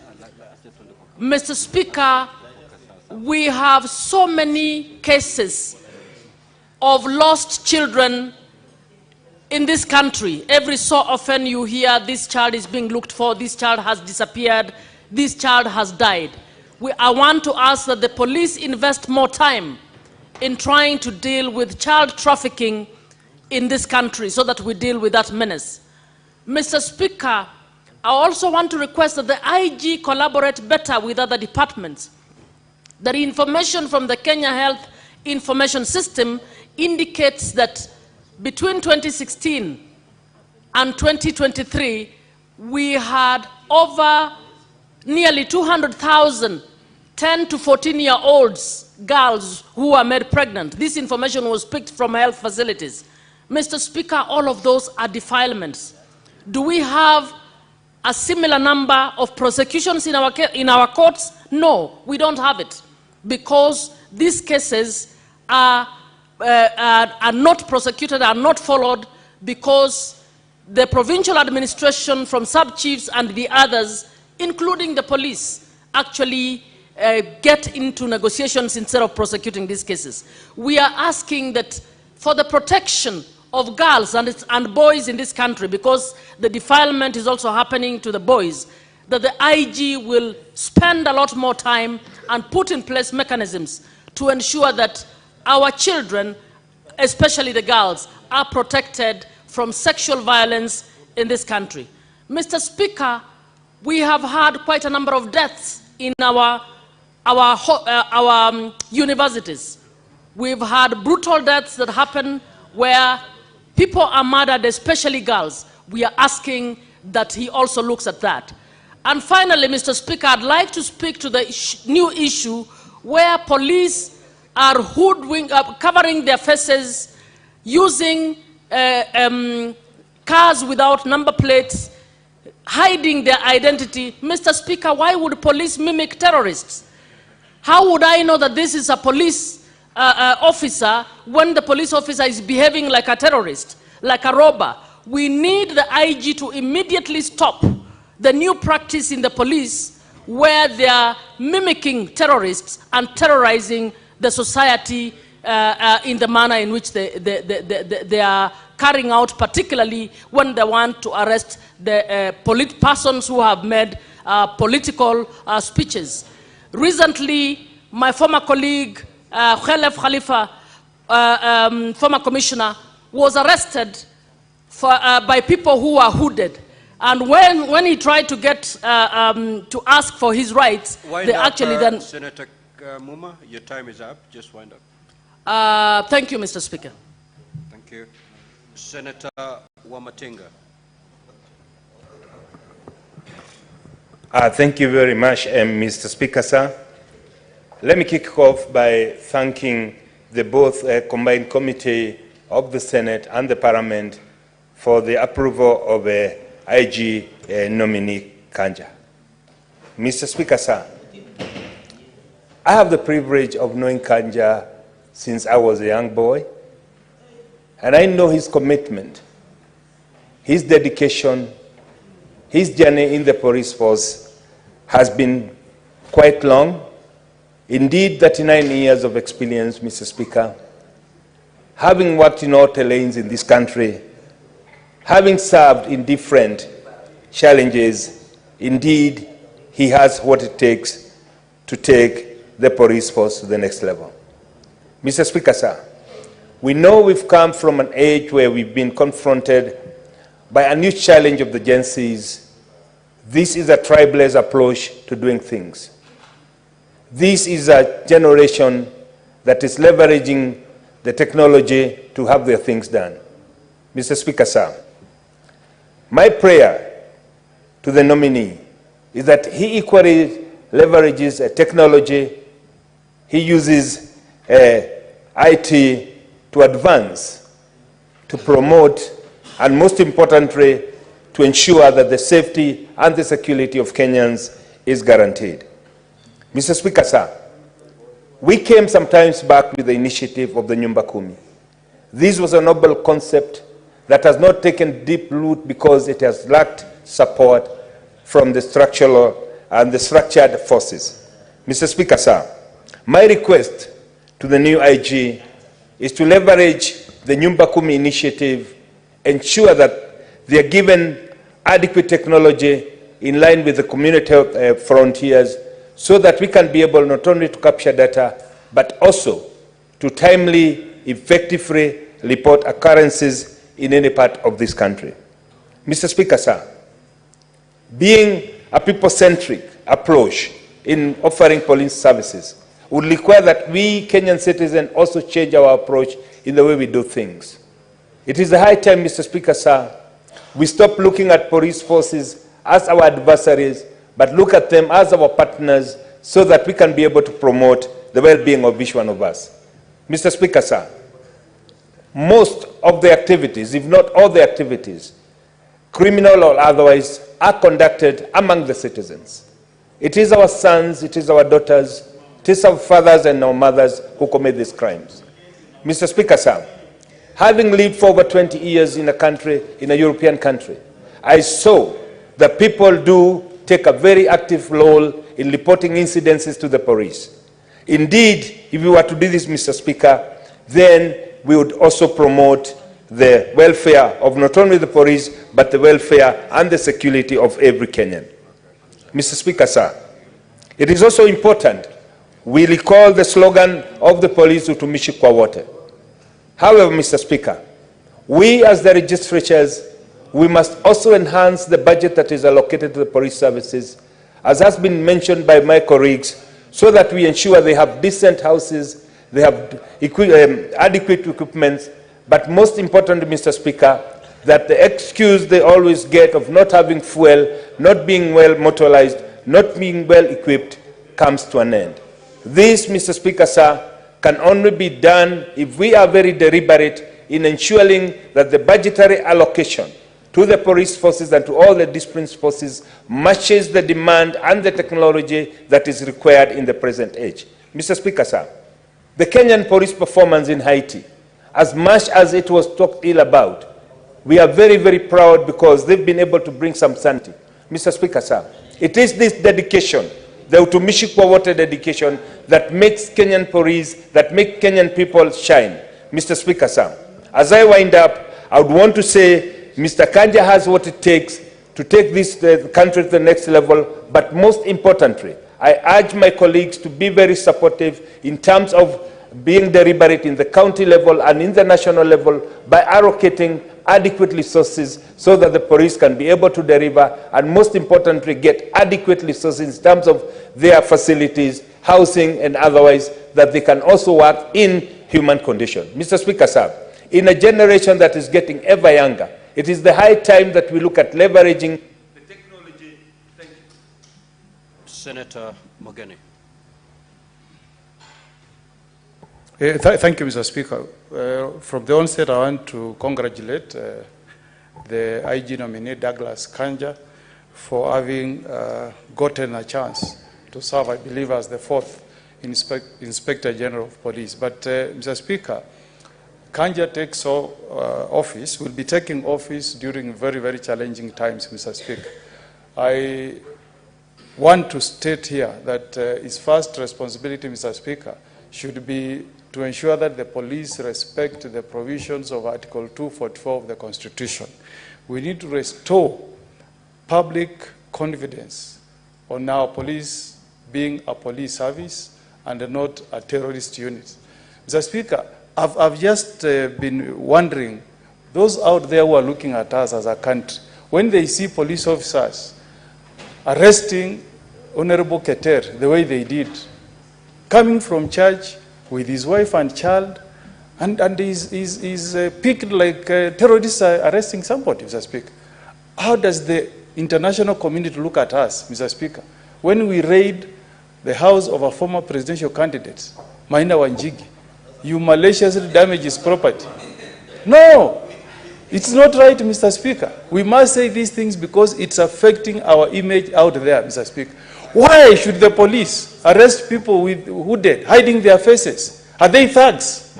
Mr. Speaker, anybody arresting me, I should be able to know who that person is. I should have a right to inform my lawyer, Mr. Speaker. I want Kenyans to be arrested the way Senator Mandago was arrested. The police approached him and said, "Sir, could we kindly arrest you?" Mr. Speaker, that's how I want it to be done. Not the way they picked Senator Cheragay on a Friday, booked him in Mudhaiga police. I went there to see him at Gigiri. He was put in a corridor. He was put in a corridor with grills, Mr. Speaker, the whole weekend. That's not right. This lady you call Skofi Naoko, Mr. Speaker, arrested and she made a false publication of information contrary to Section 23 of the Computer and the Cyber Crimes Act. A very small offense. Arrested on the 16th, locked up in a police station, denied access to a lawyer, only to be presented to court yesterday and given a cash bail of 20,000. Are we serious as a country? The police have better things to do, Mr. Speaker. When they gave summons to Maina Wanjigi to appear before DIC, he walked there yesterday. He walked there yesterday, Mr. Speaker. That's how we should be proud as a nation. Then we can say we have a police service, Mr. Speaker. I am the one who defended Honorable Keter. He was arrested. The EACC published his name on the run to elections and said this is the big fish that we got. I did that case for him in Naivasha. He was acquitted. But before he was acquitted, he was in police detention for 2 nights before he was charged in Naivasha, Mr. Speaker. We don't want this kind of the police being used to do malicious prosecution. And I'm sure even Senator Cheragay, in the fullness of time, he will be a free citizen, Mr. Speaker. So we want, Mr. Speaker, our police service to fight crime. Look at the corruption. Senator Cheruiyot, every weekend I drive from Nairobi to Nyamira. On the road, the police officers have put up toll stations, collecting money from Kenyans who are honestly trying to make a living from doing matatu business. It's not right, Mr. Speaker. And the Kenyans, when they enacted this constitution, they put it in Article 244 that the police should prevent corruption, Mr. Speaker. So if this guy can change that image, we can be proud as a country, Mr. Speaker. So he should take office knowing that 2 of his predecessors resigned from office. The first IG, Kimaiyo, was forced out of office. Koome resigned out of office. We don't want that demon to follow him. Let him serve Kenyans, respect the Constitution, respect human rights, and he leaves a mark, Mr. Speaker. That's the only country, that's the only time we will all say, as Kenyans, we passed a constitution that put in place a police service that is there to serve Kenyans. I support his nomination. Thank you, Mr. Speaker. Majority Leader. Mr. Speaker, sir, I know I have 2 minutes, but I want to spend them very, very quickly. In 2.5 minutes, I'll say what I need to say. Then I'll donate the rest of the 2 minutes to Senator Cherargei, who wants to say something on this topic. Just 2 things, Mr. Speaker. Number 1, the reason why I give a vote of approval to DIG Kanja is that I know, Mr. Speaker, that he's a man of his word. And I want to give him my vote of approval on behalf of the people of Kericho, but with only one assurance. Senator Okongo has spoken about something that I'm very passionate about. If you drive from a place called Total to Kaplong or Chebila, to where we border with Senator Okongo Mogeni, you will count more than 20 police stops. And there's nothing else they're doing other than collecting money from matatus. I want to tell Mr. Kanja that the only reason I'm giving you a vote this afternoon on behalf of the people of the Kericho is with the assurance that those police roadblocks will disappear. I don't want to see those toll stations in Kericho. And that is the only deal that I want to enter with him. Second and the final thing, Mr. Speaker, is that I was in the UK last week. And this is just overall about institutions of oversight, Mr. Speaker. You know that they had riots in the UK 2 weeks ago. As we speak today, Mr. Speaker, the police have been able to round up those who are inciting people to violence, including online. The judicial system is so efficient, Mr. Speaker, that those people 2 weeks down the line are in jail already. We need to see that level of efficiency, Mr. Speaker, between the police and the judiciary, so that we don't discuss these small issues like the state of arrest or the modus operandi of police while effecting arrest, Mr. Speaker. Therefore, it is my sincere hope that IG Kanja will infuse the level of professionalism that Kenyans are yearning for, Mr. Speaker, into the police service. With those main remarks, I support. I yield the remaining 2 minutes, Mr. Speaker, to Senator Cherargei. Remaining 1 minute. Thank you, Mr. Speaker. With your indulgence, I want to support this report of that the Committee of National Security, Mr. Speaker. As a guest of most of the police stations, Mr. Speaker, I have slept. It is not only in your county, Kilifi, that I have not slept in that police station, but I hope soon too, in good faith, Mr. Speaker. Mr. Speaker, I want to say there are many challenges with the police. 2 things I'll mention in quick succession is 1, those police stations, Mr. Speaker, when you are arrested and taken to the cell, the last time those police cells were painted was in 1980, Mr. Speaker. When you go, the toilets, Mr. Speaker, are pathetic. I slept on the corridor on Gigiri, which is supposed to be the prestigious police station in this republic, for 3 days. And Senator Okongo Mugeni visited me, Mr. Speaker. I was removed my dignity, Mr. Speaker. We want the police under Article 245 to do their job with professionalism, Mr. Speaker. On the police housing, Mr. Speaker, how can you explain police are depressed? Police are killing each other, Mr. Speaker. You are putting 2 families in one room, Mr. Speaker, where only bed sheets separates them, Mr. Speaker. How will they enjoy their conjugal rights? How will they enjoy their privacy, Mr. Speaker? If you leave your wife and go to night patrol, the other police might patrol your wife at night, Mr. Speaker. Mr. Speaker, we must give dignity. And I want to challenge the man from Biriri, Inspector General nominee DIG Kanja, the man from Biriri village, to talk with the president and do affordable housing program across all police stations, Mr. Speaker. Mr. Speaker, I'm happy that the issue of body cameras is being introduced to monitor crime and ensure the police are held accountable to the highest police standards across the world, Mr. Speaker. Number 3, Mr. Speaker, is on the police uniform.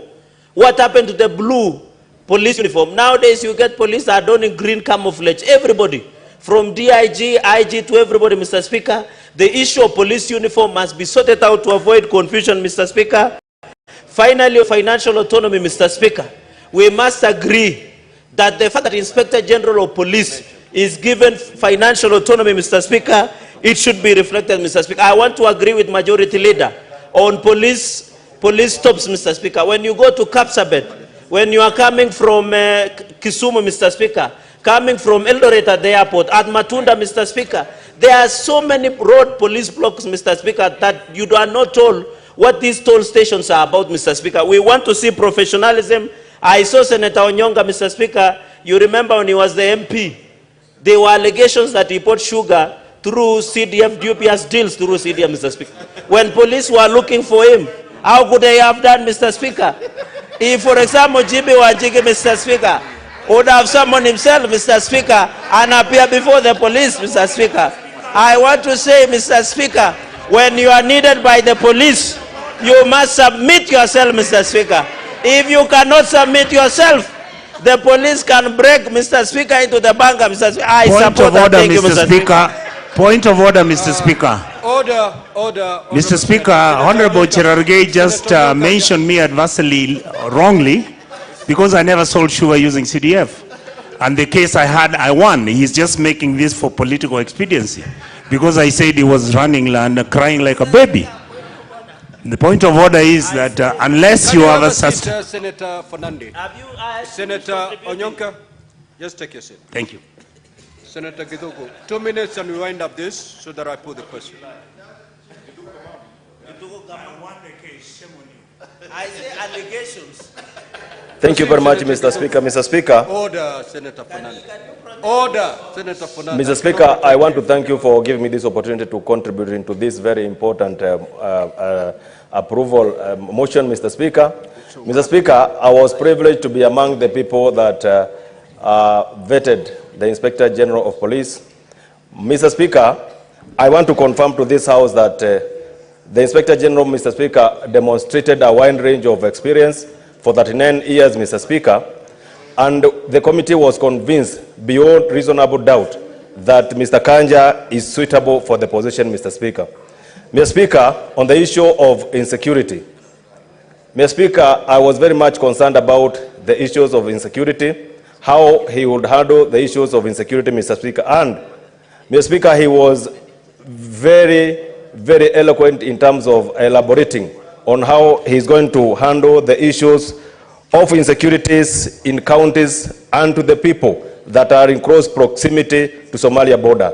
Mr. Speaker, he had an experience in terms of handling the insecurity in the counties that are in proximity to Somalia borders, having worked in Lamu, county that I come from, Mr. Speaker. And Mr. Speaker, I was convinced that he will handle the insecurity issues in those areas. Mr. Speaker, finally, on the issues of demonstration, he was able to demonstrate very clearly that he is going to handle the issues of demonstrations in terms of seeing to it that the law is followed to the letter, so that, Mr. Speaker, nobody will feel that, Mr. Speaker, his rights are not followed. Mr. Speaker, finally, I would wish to pray, or I'm looking upon, Mr. Speaker, to see to it that, Mr. Speaker, when Mr. Kanja gets into office, Mr. Speaker, he will improve the working condition of our police officers. Mr. Speaker, the police officers are people with families.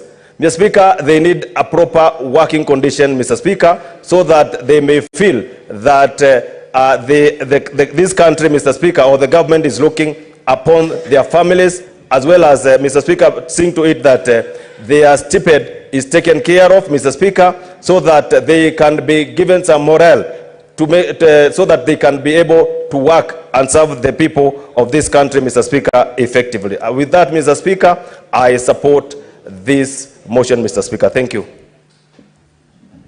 The Chairperson, Standing Committee on Security, to proceed and reply.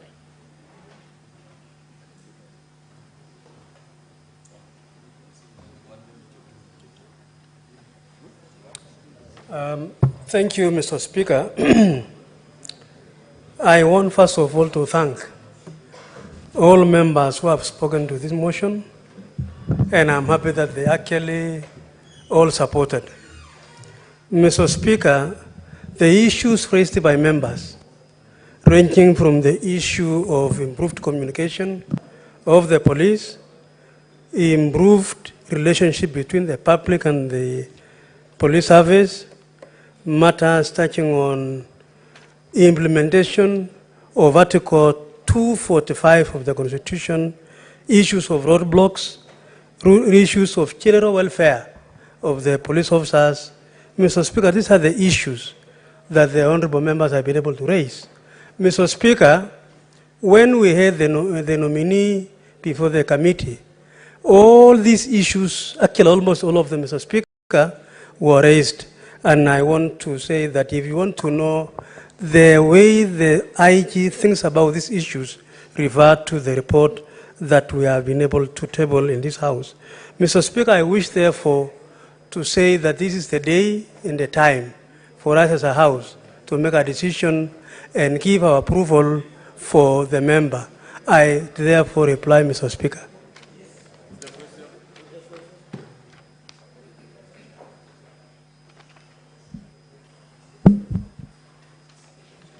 Now, honorable senators, I'll proceed to put the question.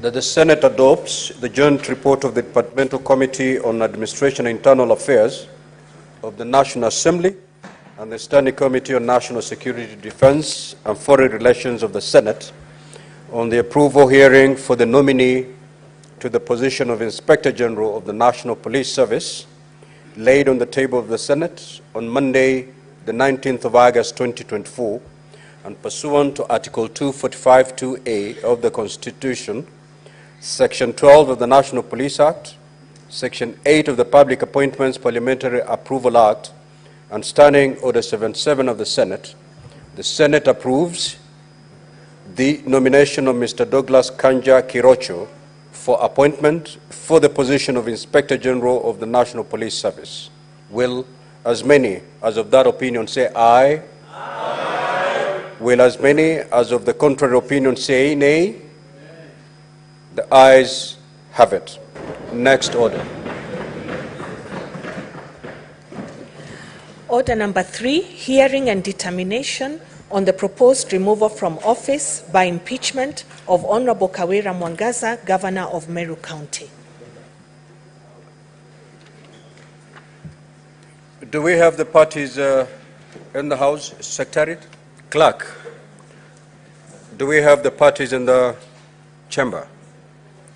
Now, honorable senators, yesterday we had the case of the County Assembly, and today we are going to hear the case of the Governor of Meru County.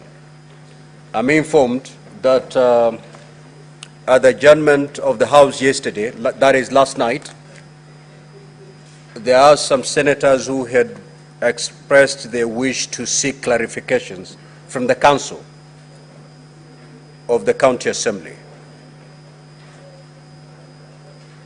Now, the system is not helping today. I'm unable to look from my dashboard to get to know who intended to seek any further clarification for the Council. And therefore, yes, Senator Fernandi, what is your issue?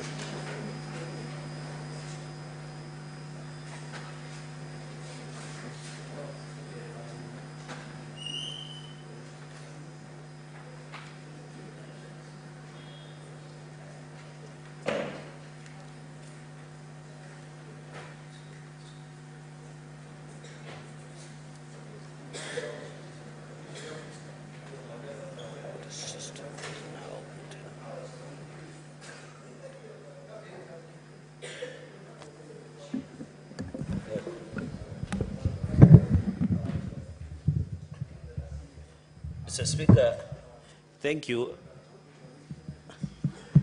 Thank you, Mr. Speaker. I hope the PSC Commissioner, Senator Kenya, is noticing also we need welfare like police. Mr. Speaker, yesterday we wanted to seek further clarification from the Council of the County Assembly.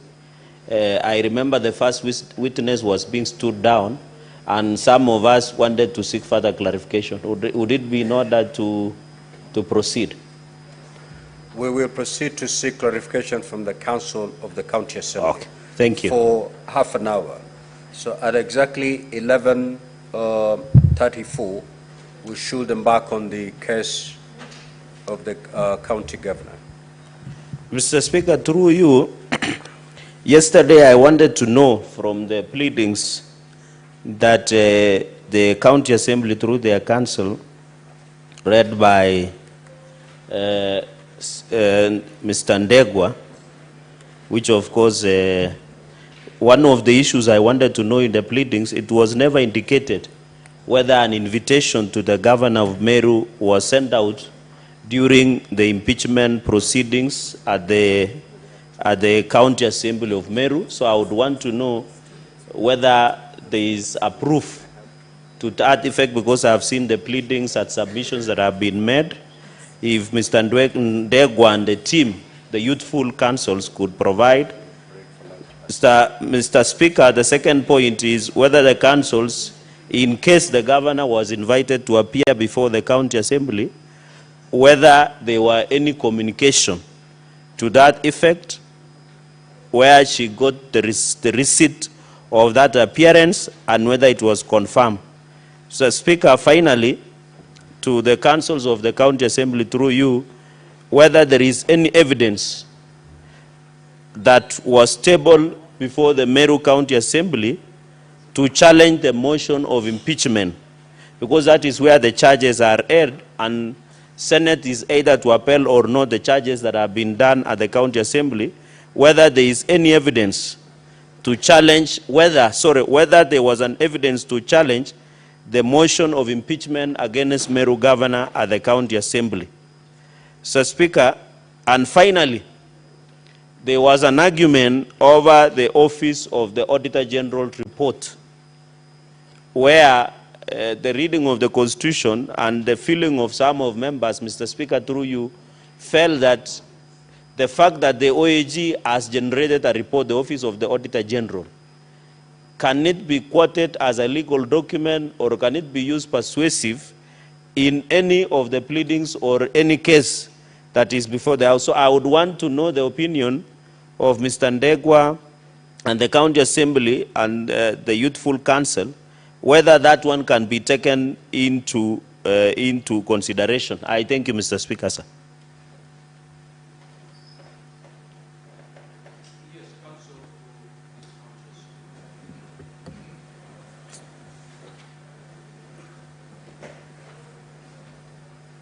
Thank you very kindly, Mr. Speaker, sir. The honorable senators. The appearance is as before for the County Assembly. We are greatly humbled for granting us a further opportunity to urge our case as before you. We do not take it for granted that the Senate creates time for that particular engagement. We are greatly humbled. In response to the inquiry by my learned friend, Mr. Chergei, the Senator, I refer you to Volume 4 of the County Assembly documents, where we have the index and description of the document that we have filed. At page 55, if Honorable Senators, you are with me, at page 55 of Volume 4 of the bundles by the County Assembly, you find a notification of the impeachment motion dated 31st July. This notification was issued by Honorable Zipporah Kenya, MCA, and the Deputy Majority Leader. It was addressed to Her Excellency the Governor, Honorable Kawira. It was notifying her of the pending proceedings before the County Assembly. Of course, Honorable Senators, permit me to indicate to you that this was pursuant to Honorable Lady Justice Cherere findings in Meru's High Court in the first impeachment, that the mover ought to notify personally to the intended respondent, who is the governor. Equally well, at page 56 of the same document, Volume 4, Honorable Senator, my learned friend Mr. Charugei, page 4, volume 4, page 55, which you've just dealt with. We are now turning to page 56, where you find a letter from the County Assembly of Meru, the office of the Speaker. The letter is dated 31st of July. The same is addressed to Her Excellency the Governor, Honorable Kawira.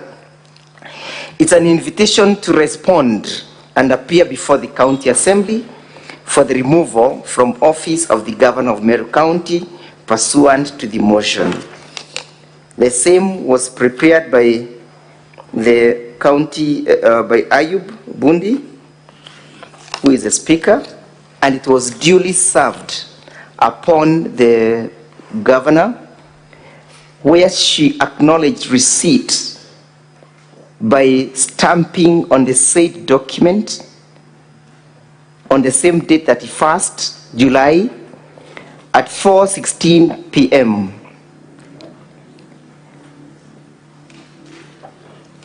The same was supported by an affidavit of service. The first one is dated the 31st of July. Honorable Senators, you find that at page 59 of the same bundle. It is deponed by one Benson Kenywa Ngure, who is a duly licensed process server and equally an advocate of the High Court of Kenya. At paragraph 2, 3, 4, and 5, he deposes how he effected service at the office of the Governor. Of most interest is paragraph 2, where he says that on the 31st July, I was instructed to serve Her Excellency the Governor of Meru County, Honorable Kawira Mwangaza'S, with the invitation to respond and appear before the County Assembly via letter dated 31st July 2024, reference as MCA/GC/1 volume 1/24, together with the hard copies of the late notice of motion by Honorable Zipporah Kenya, seeking the removal from the office of the Governor of Meru County by way of impeachment. That letter, Honorable Senators, referred thereto or therein is the letter that you find at page 56 of the said document.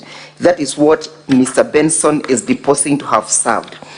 Equally well, Honorable Senators, at page 64 of the said document, you find another affidavit of service deponed by Joel Maitehia Mturukonga. He deposes at paragraph 2 that on 31st July, I received a copy of the notice of motion for the removal from office of the Governor of Meru County by impeachment from Zipporah Kenya, and the deputy leader of the majority party, County Assembly of Meru, with instructions to effect service upon Her Excellency the Governor of Meru County, Honorable Kawira Mwangaza'S, and the Speaker of the Speaker of the County Assembly. He says that he proceeded on the same day at around 4:17 p.m. at the office of the Governor. I served the aforementioned document to Frida, the Secretary to the Governor, Meru County, by attending the copy there to her and recording her signature at my principal copy. This is clear evidence that there was effective service. The question is whether there was response and whether there was attendance from the Governor. She will be telling us in our cross-examination whether she did attend. And that answers the first and the second issue, whether there was communication, whether there was evidence that there was tabled to challenge the notice. There was no correspondence and all pleadings that was filed before our clients challenging or responding to the invitation and challenging the notice of impeachment. We are not aware of one. The impeachment motion at the County Assembly went uncontroverted and unchallenged. As to the question of the Auditor General's report and whether it can form the basis of this impeachment, permit me to draw your attention to Article 10 of the Constitution, because that is a legal question. It lays down the national values and the principles of governance, which Article 10 provides that it binds all state organs, state officers, public officers, and all persons whenever any of them applies or interprets the Constitution. And in this case, we are applying the Constitution and then the written law. One of the principles is the principle of accountability and the principle of transparency, the principle of the rule of law, the principle of good governance.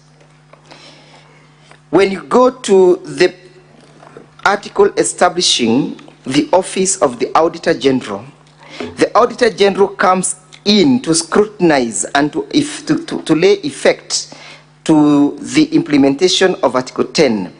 Whether there was accountability, whether there was transparency, whether the rule of law was followed in public expenditure. Again, that must be read together with Article 2 or 1 of the Constitution that provides and lays down the principles on how public resources must be expended. One of the overriding principles is that there must be prudent utilization of the resources. And number 2, Honorable Senators, is that when reading the Constitution, we must read it as a whole. Any article breathing life to the subsequent one. That is to mean, Honorable Senators, that if an office has been established by the Constitution, an office such as that of the Auditor General, it must be seen as a complementing office that is complementing the principles laid down under Article 10, pursuing the doctrine of transparency, the doctrine of accountability, the doctrine of the observation of the rule of law, the doctrine of good governance. That is to mean, Honorable Senators, when an issue has been raised in the... Senator Christo, allow the Council to conclude, then you can make your intervention. Yes, what is your issue, Senator Christo?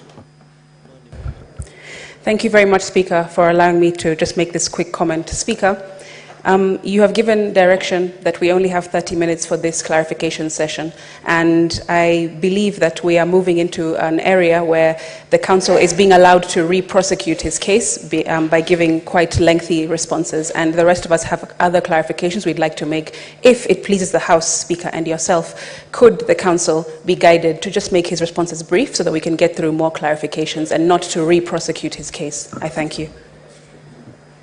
Council for the County Assembly. Yes. If I was wondering what kind of question you're responding to, because the question by the Senator for Nandi has no relationship with the lengthy statement you're giving.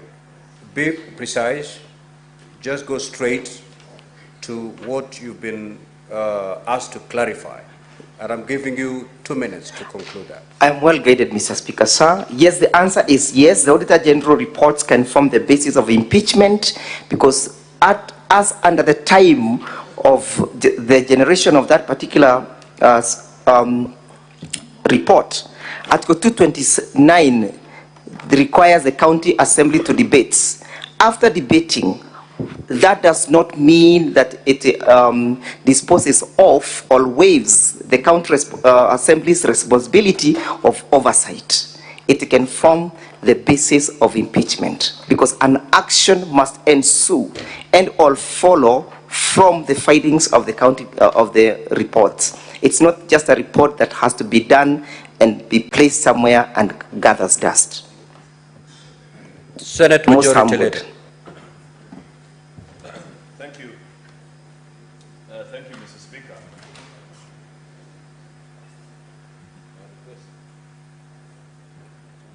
Approve. Mr. Speaker, and you know about the people of Meru, Mr. Speaker. and I'd refer the council for the assembly to their document, volume 5, this very huge, voluminous document before us. Mr. Speaker, the reason I did this is I just wanted to understand, and I'll be satisfied if the council can even just point me to any of the documents they have presented, because it will help me to form a correct opinion. Because listening to the council yesterday in his opening remarks, he alluded to, and this has been captured as part of the documents they presented on page 11, 1334, on views of members of the public supporting notice of proposed motion to impeach governor of the county government of Meru, the Honorable Kawira Mwangaza'S. And one of the main issues that keeps coming up, I had the council speak about it. I had the Honorable member, I think Zipporah, the one who moved the impeachment motion, refer to it also yesterday, that the governor is allegedly behind disunity problem, especially amongst the leaders of Meru, and the efforts especially by Meru professionals during Cheke Council of Elders and the clergy seem not to bear any fruits. That doesn't concern me much because, you know, at leaders level, Mr. Speaker, there are many reasons why we disagree. But as an exit to this problem, last time we made our conversation, we had requested, just the last point, Mr. Majority Speaker. Leader, you have not more than 2 minutes to seek the clarification.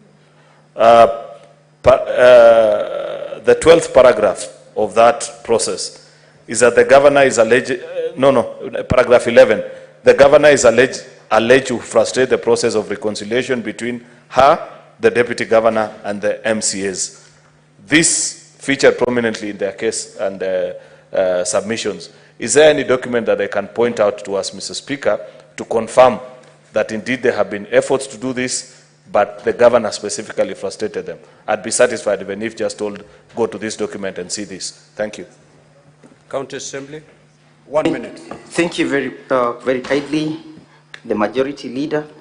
The voluminous document that you see contains the report and the analysis that came or accrued from the processes of the public participation. We have voluminous evidence where the members of the County Assembly say that yes, there has not been fruitful results from the process or initiated for reconciliation. Some of them are yet to give us the reports. For example, the Nchorincheke that you referred to is yet to give its findings as to the current existing status, whether there has been reconciliation or not. In any case, Mr. Speaker, sir, the public participation is quite different and the views of the public are quite different from the views of perhaps of those who may be wanting to reconcile. And reconciliation efforts perhaps may also be evidenced by the fact that I've noted in Governor's response that individuals have even moved the President, His Excellency the President, to dissolve the Meru County. That is the indifference, that is a conundrum, whether it should then be dissolved or we should deal with the problem at hand. I'm most obliged.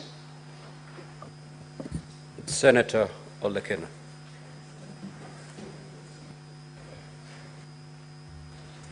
Thank you, Mr. Speaker. Briefly, I just need to seek some clarification from the Council, from the Assembly. Yesterday, when you were leading one of your witnesses, you alleged to the fact that the Governor had made a statement and said that that witness was given 86 million. Could you clarify the following things? One, whether there was only one pay bill or there were others. And I refer to page 168 of volume 1B. There's an account number 0755604442, which is also for the pay bill number 247247, which I believe is an Equity Bank. Whether you have that statement here. And then there was also a statement in the same page 168 that says that those donating from abroad should send to a number 0720103913 if we have a statement to that effect. And then finally, on this issue of the Auditor General report, Do you have, as per the Constitution, Article 229, subsection 8, it says that, it reads as follows: within 3 months after receipt of an audit report, Parliament or the County Assembly shall debate and consider the report and take appropriate action. Do you have any report, maybe I missed it out, where the County Assembly of Meru debated on the Auditor General findings and took appropriate action so that we can be able to look into it? Or did you just take the Auditor General report and submitted it as part of your case? Thank you, Mr. Speaker. County Assembly, 1 minute. Thank you very kindly, Mr. Speaker, sir. The witness who testified, one Irene, who is the window to the deceased, confirmed before the Assembly that there only existed one account, and as to whether the money that was being sent from abroad was ever uploaded to the same account. In her examination in chief, she led the House to the evidence that 115,000 shillings that had been generated found itself to the pay bill, and that you find it at page 301 of volume 2, where all the money from that particular number, which was registered in the name of Judith, was eventually credited to the said account, and the credit is reflected as that of 115,000. And the number that was responsible for collecting of the 100,000 shillings, 1,015,000 shillings, appears on the governor's bundle of document labeled as Volume 1B, at page 168, I beg your pardon, marked as KM20. The number is registered as that from those in diaspora sent to this number, that is 0720-103-913, registered in the name of Judith. That is the number reflected in our bundle of documents statement at page 301. So all the money had one centralized mechanisms of management and only one pay bill. We'll be asking her to give evidence as to the whereabouts of the other millions when her time comes. As the question of the Auditor General, whether it has been debated, the same was generated on the 20th of June 2024. And the motion before the Assembly is dated the 31st of July. Debate is yet to take effect at the County Assembly. But the question is, was there a transgression that was notified or noticed by a constitutional organ? And if yes, how do we proceed to deal with that legal transgression? Senator Mtata.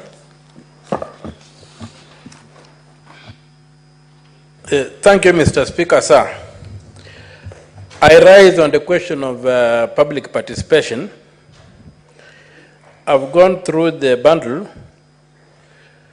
and I don't see any evidence that feedback was provided to the people who gave their views on either why they were accepted or rejected.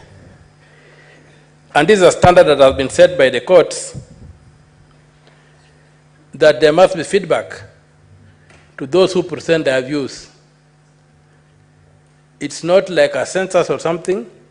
So can the Land Council point me to any part of the evidence they have where they complied with the standard on feedback, on public participation, so that what they have submitted can be admissible as having met the threshold that has been set by the courts, especially in Civil Appeal number E003 of 2023. That's the National Assembly, and another versus Okio Mtato Koiti and 52 others. Thank you. Proceed, Counsel. Thank you, Mr. Speaker. Sir, I must thank the Senator for Busia for the well work done in contributing to the jurisprudence of this country, and especially the question of public participation, which is still a moot area, with a lot of jurisprudences emerging, a challenge that also faces perhaps most of the government organizations on how to initiate it and how to get a feedback. I must admit that this is a recent ruling, judgment of the Court of Appeal, which is barely a month old, and therefore, and actually it was delivered on the 31st of July this year, when the motion was already in the county assembly. So I believe that most of the organizations, including this Senate, is yet to adjust itself to meet the legal threshold as laid out by the Court of Appeal. Previously, Senator, you've answered the Counsel. Senator Sige. Thank you so much, Speaker. Yesterday, Speaker, the Counsel, through his witness-in-chief, played some videos.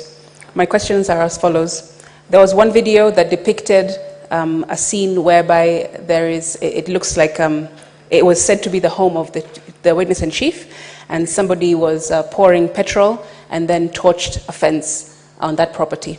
My question is, who took that video?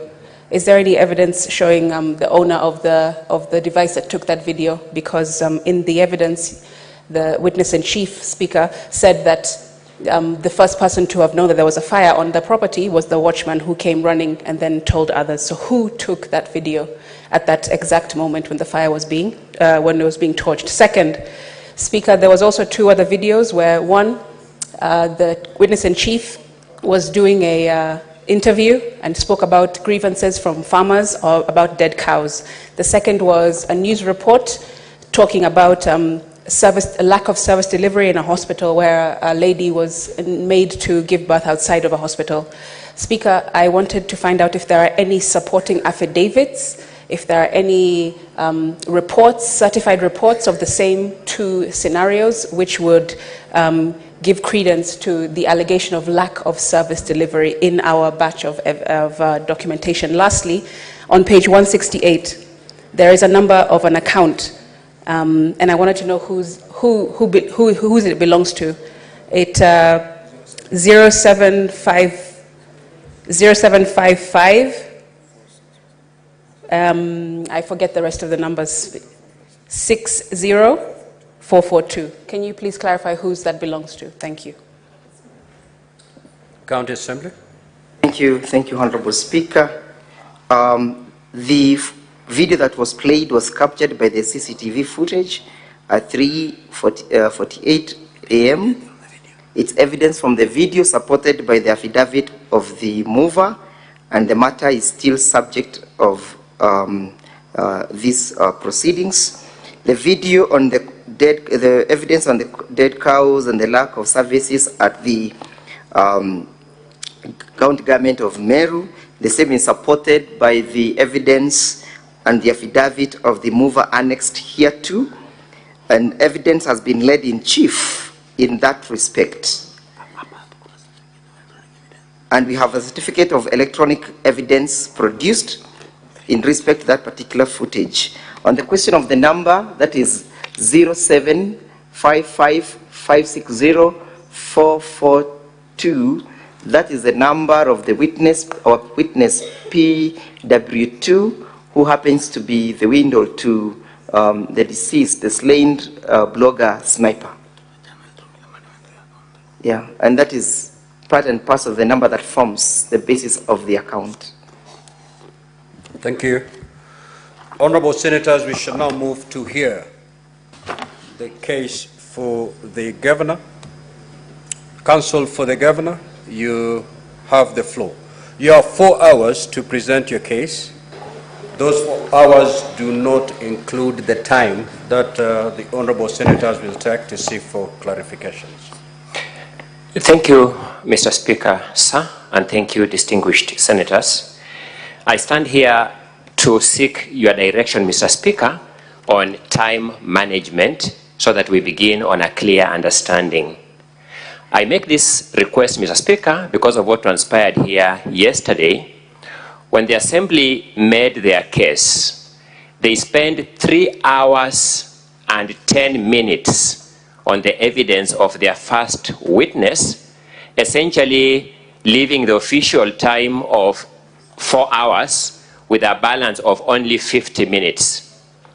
The net effect, Mr. Speaker, is that the governor's team was completely disadvantaged throughout yesterday, and I'm certain that the senators who were here last night could see how we struggled to wriggle within the limited time.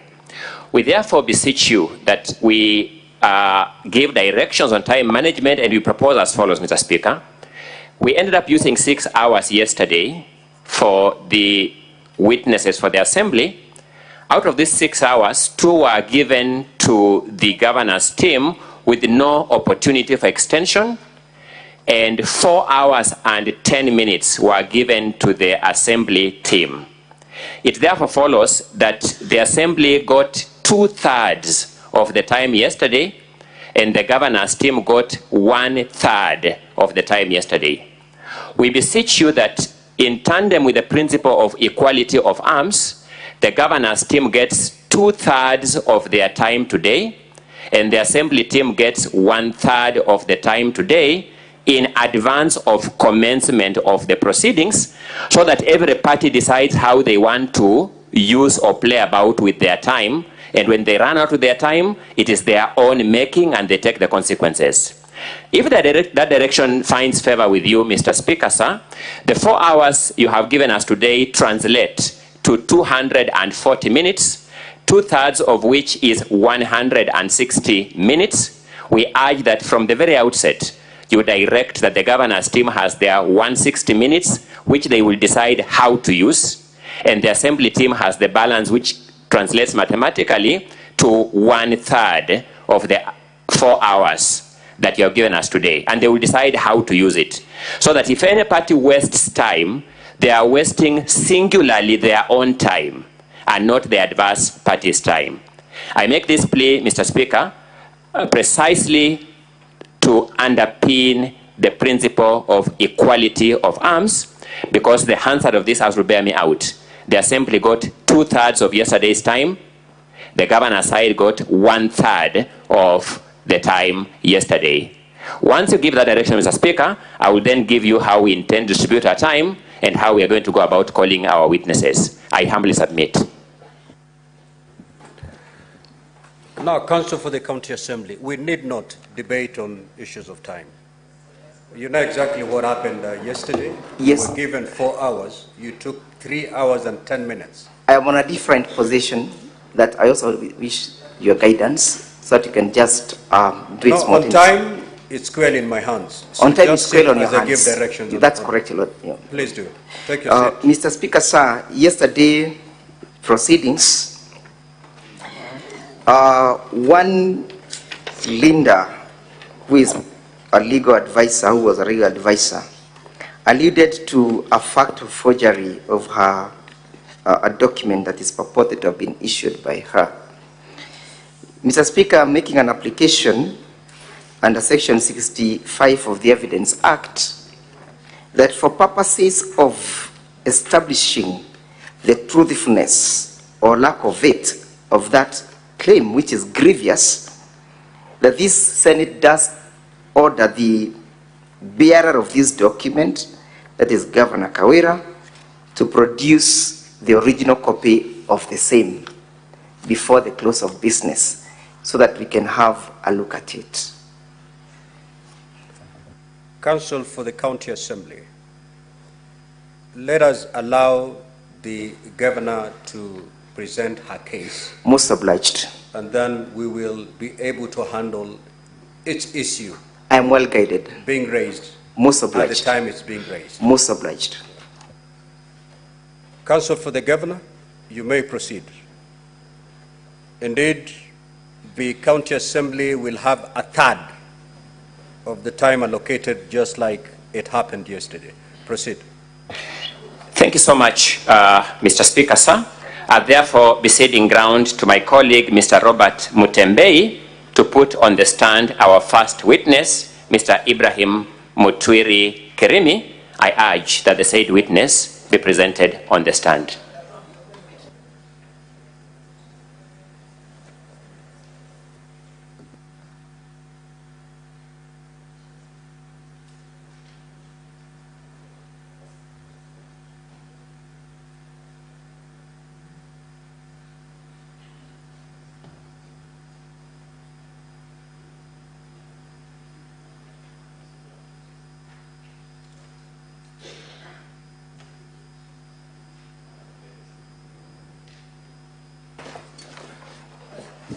Mr. Speaker, as we wait for the witness to be brought in, for the record, my name is Robert Mutembei. I intend to take about 20 minutes on this witness.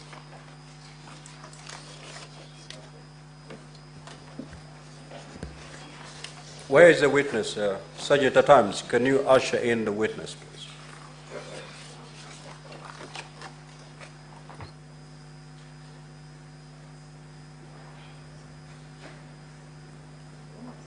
Secretariat, may you administer the oath?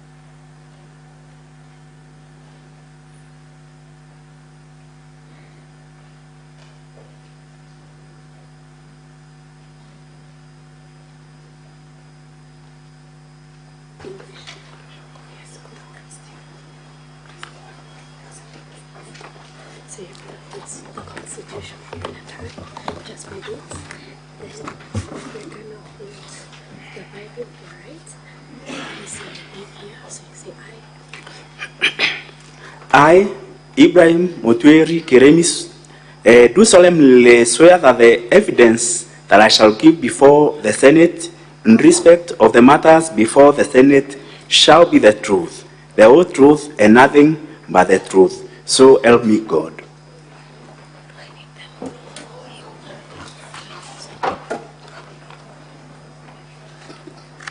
Mr. Ibrahim,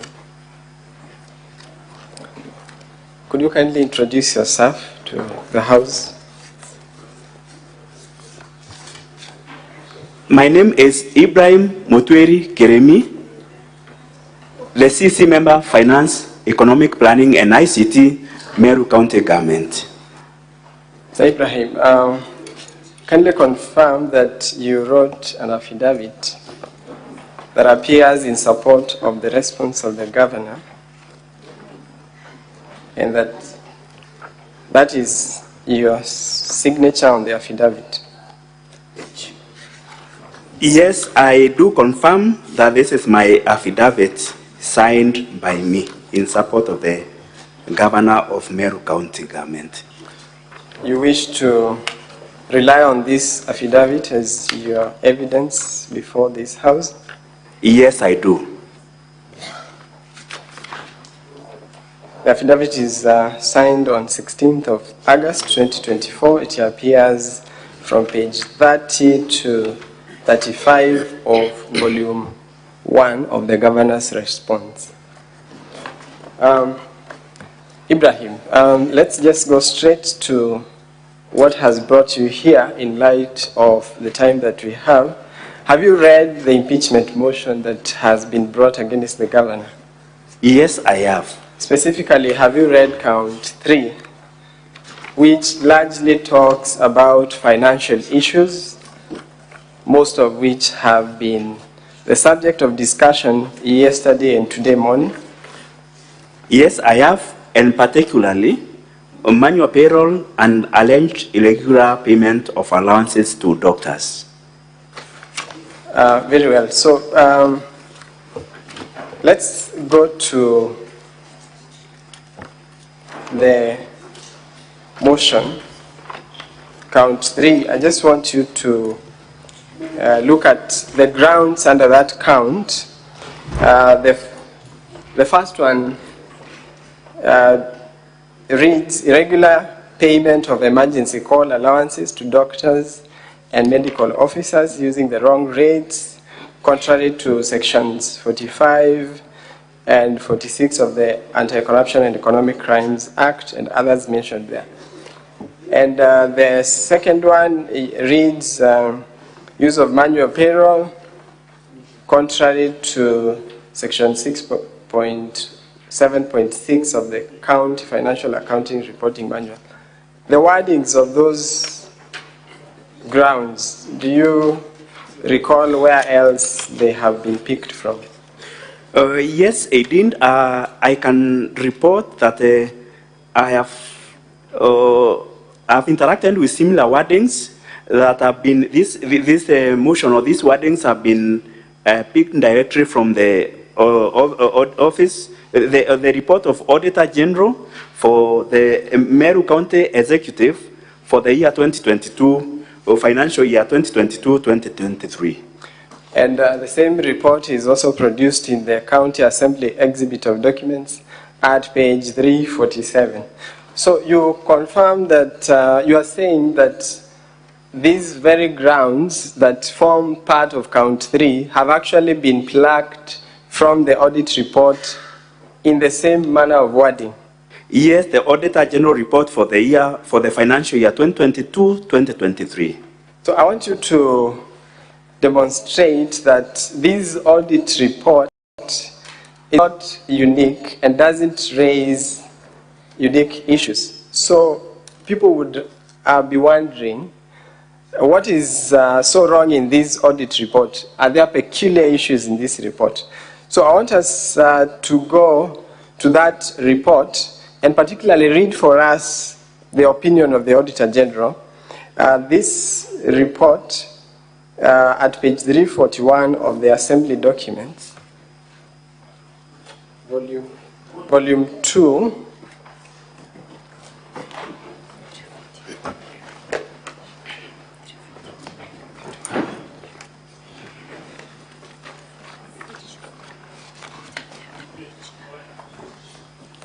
page 341.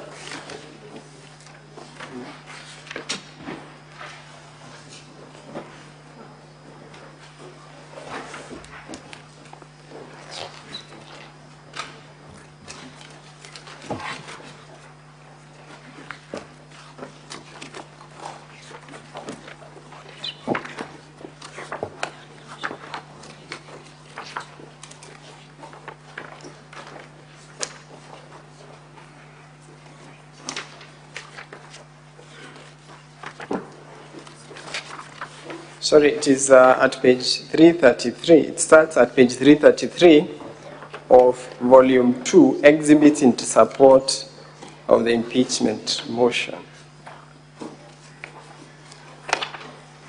So that is one of the major documents that has been submitted in support of the impeachment motion.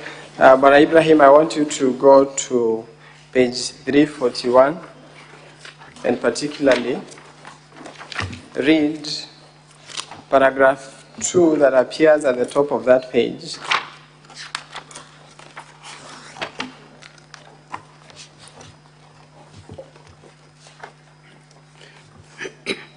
Yes, I will read.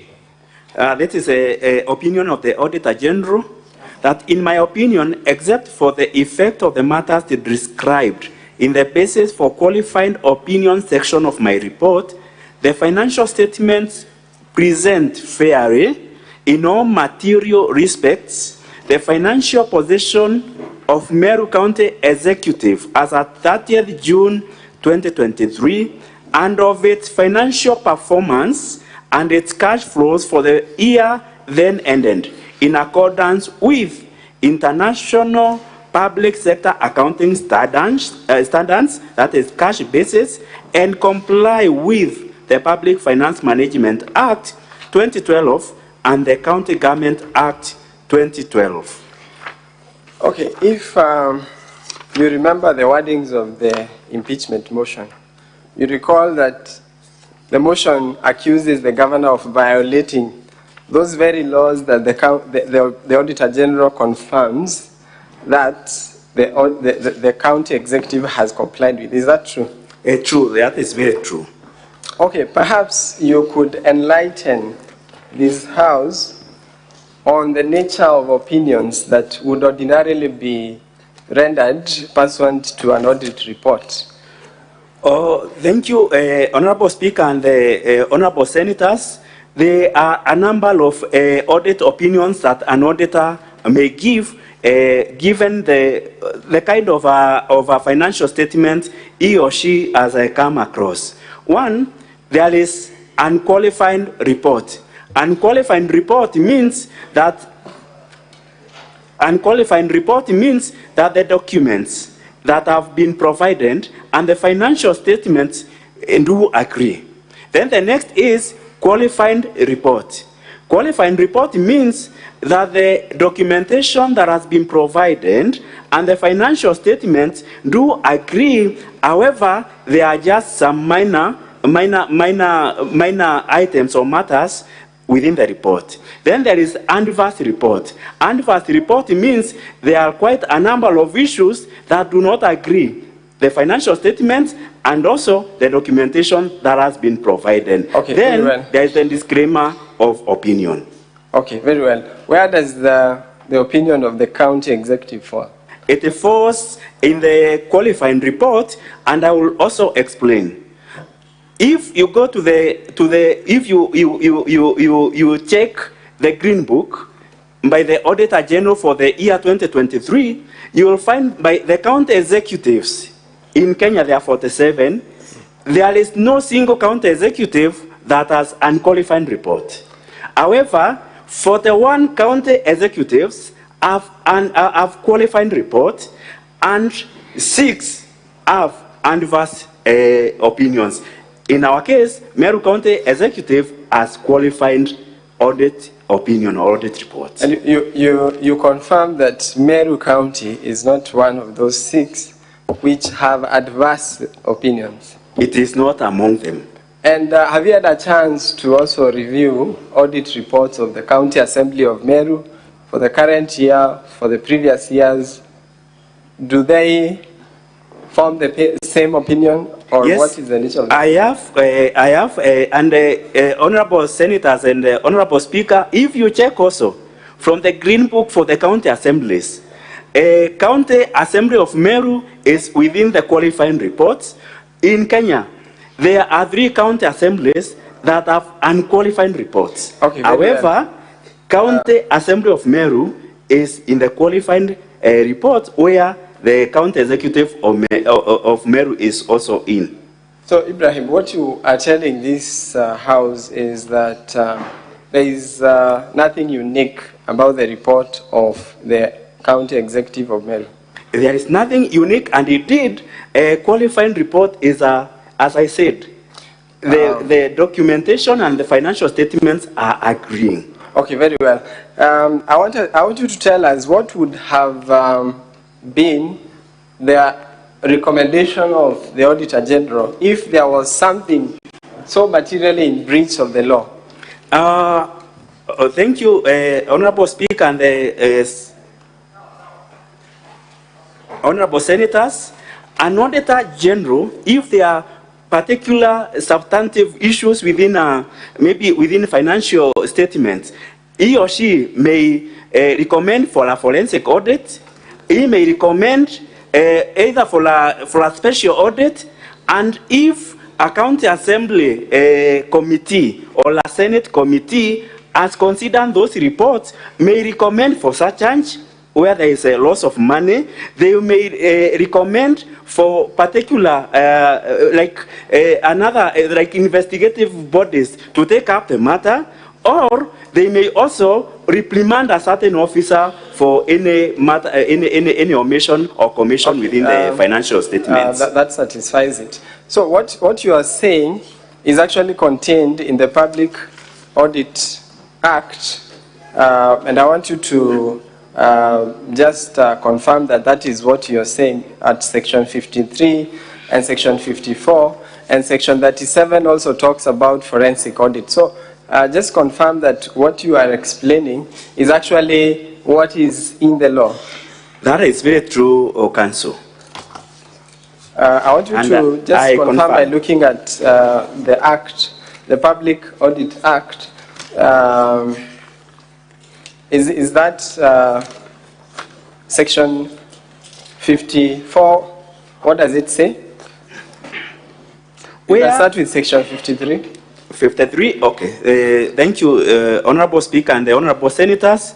Implementation of reports by an accounting officer, that is 53. 1, the relevant accounting officer of a state organ or public entity shall, within 3 months after Parliament, has considered and made recommendations on the audit report, A, take the relevant steps to implement the recommendations of Parliament in the report of the Auditor General, or B, give explanations in writing to the Parliament on why the report has not been acted upon. Okay, just stop there. Counsel for the Assembly started when he was answering the questions before the senators. I quote him, he said, action must ensue from the audit report. How does action arise from the audit report? Is that what you're reading at section 53? Yes, and these actions ensue from an audit report. I want to explain to Honorable Senate that an audit report by itself, it's not a final report. It must have, that is why a number of, the County Assembly or the Parliament must consider the recommendations or the opinion. In fact, the audit report is an opinion of the Auditor General. Why is it an opinion? It is an opinion because when the auditor was auditing the books, the time was limited. It was, in fact, the audit is just a sampling. It's not a forensic or a complete audit. So there must be an event after the audit report for a complete investigation of matters where a number of them are dropped and other issues or other matters are taken up by other institutions. So what you're saying is that the submission of the audit report in itself is not the end of the audit process. Indeed, it is not, and that is what this provisions is putting. Have you ever been summoned by the County Assembly to shed light on the audit report? For this particular audit report for the financial year 2022-2023, I have not. Okay, very well. Let's go to the issues that have been raised in those two counts we have made reference to. There is the issue of the manual payroll. So why was there a manual payroll used for that period? Maybe you could explain very briefly what leads to the use of a manual payroll. Honorable Speaker and Honorable Senators, a manual payroll means an individual has been paid outside the system, that is the automated system, or that is the IPPD. Okay, and so this happens. Okay, go on. It happens when an individual has been recruited before one is formally assigned the IPPD number, which does not end and finish with the county executive. Before he or she get that number, then he or she, for him or her to get that. Just to cut you short, who gives the IPPD numbers? It is given by the Directorate of Personnel Management in the Ministry of Public Service in the national government. And have you produced evidence to show that the county executive actually actually applied for these numbers and how long it takes? In fact, in the evidence that I have provided. So, Honorable Senators, it is the evidence is in volume 1B of the Governor's bundle of documents from page 190, page 183 to 184. From page 183 to 194.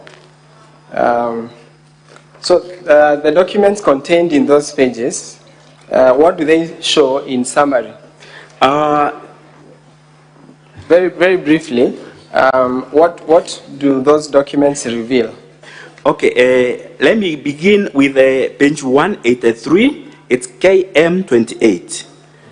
It shows a request for personal numbers by the by the Department of Public Service of the County Executive of Meru, which was done on 11th December 2023. When was the response received?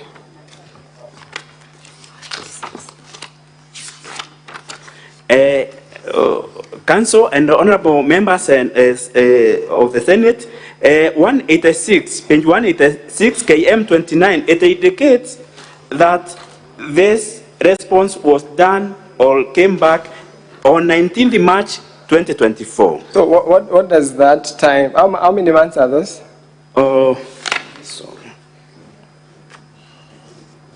Okay, was it within a very short time? No, it wasn't a council. Okay, so you are essentially saying that it takes time. It takes time, and also to explain a bit further, for those, these are the newly recruited officers.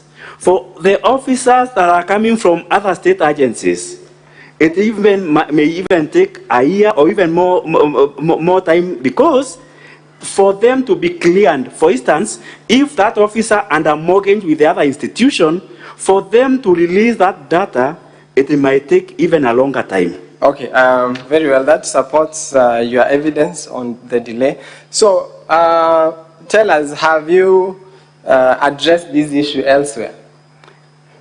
Yes, this matter was also in the audit report for the financial year 2021-2022, where the county executive appeared before the county public accounts committee of the Senate. And did you write a response to the Senate on that very issue? Yes, I wrote, so and even explained myself. Yes, is it the response that appears on page 180 to 182 of volume 1B of the governor's documents? Page 180 to 182 of volume 1B of governor's documents. Is that the response you're talking about? Very, very true. In fact, it begins with the invitation of it indicates. We can leave the details, but I just wanted you to confirm that you were actually were invited to by the Public Accounts Committee of the Senate. Absolutely, now, so yes. What is the current status? Is that an issue in Meru County as we speak? In fact, from the information and evidence, this matter has since been resolved from the 1st of April 2024. Okay, so and 1st of April, that means that this issue was resolved even before the impeachment motion before this very house? Absolutely so. To the best of your knowledge, was the county assembly informed of this resolution of the manual payroll issue? It wasn't, because this matter is appearing in the audit report for the financial. It's also appearing in the audit report for the financial year 2022-2023. If the Public Accounts Committee for the County Assembly, if they had invited the county executive to address these matters in the audit report, they would have certified themselves. Okay, so you mean to say that this issue was resolved, and it is the very issue that the Assembly wants the governor impeached on? Very true. And have you seen the issue elsewhere in the County Assembly? Yeah, the County Assembly also, not on this matter, to explain, it's not a matter unique to only the County Executive of Meru. It is also a matter that also has appeared in the 2021-2022. If you peruse that audit report, you will find that the County Assembly of Meru and a similar issue. Okay, so that appears at page 247 to 326 of volume 1B of the governor's documents. Now let us go to the issue of the doctor's pay. The governor has been accused of paying doctors' allowances illegally, and as you said earlier, that issue has been picked from the same audit report. Now, what was the basis of making this payment? Thank you, Honorable Speaker and honorable members of the Senate. This matter arose from a return to work formula over it was an issue that arose. This formula, or the return to work formula, is dated 18th April 2017. There are correspondences that are made by the Ministry of Health concerning the matter, what they resolved, so and what they agreed. And so then the same is copied to the Council of Governors. Okay, sorry to cut you short, but the correspondence you're talking about, is it the correspondence found in page 327 to 330 of volume 1B of Governor's documents? Is that the correspondence confirming that the county assembly, the county executive of Meru was actually within the law in making that payment? Absolutely so. So those are the documents that you wish to rely on to confirm that payment? Very true. Page 327 to 330 of volume 1B of the governor's documents. Okay, let us then move on to, but before we move on from there, so this issue that you are saying relates to payment of doctors relating to the CBA of 2017. Are you familiar with the recent developments relating to doctors' strikes and the implementation of this CBA? Oh, okay. Let me make some explanation. It's a belief that, or it's a practice that a CBA runs for 4 years. Mm-hmm. However, if there is no other subsequent CBA, that similar CBA runs until another CBA is arrived at. The one that I'm aware of, there is in April, there was an agitation for improved remunerations to the medical field, and there was a return to work formula, and that CBA is the one that I can quote. You are talking about the strike we saw recently. Very true. And the Assembly has also produced a video of doctors striking on basis of that very implementation of the CBA. Are you referring to that strike? Yeah, the one that was agreed in April this 2024. So, do you find it in good faith that these two issues are being brought before this House to impeach the governor? In fact, what I know, and it is an HR practice, is that once a benefit has been given or confirmed, you can't go back and retract that benefit unless it is done the same way that communication was done, or the SRC, which is a body that is taxed with the remunerations, also issues a notice. So what you would have seen is a similar communication, the way it was done to retract those benefits to the doctors. Okay, very well. Let's go to the last issue. You have also mentioned in your affidavit that there were frustrations that the executive faced in coming up with the budget for 2024-2025. So very briefly, would you tell us why you wrote to the Controller of Budget? The letter that you wrote appears at page 344 of volume 1B, page 344, volume 1B of the governor's documents. So I want you to very briefly tell us why did you write that letter?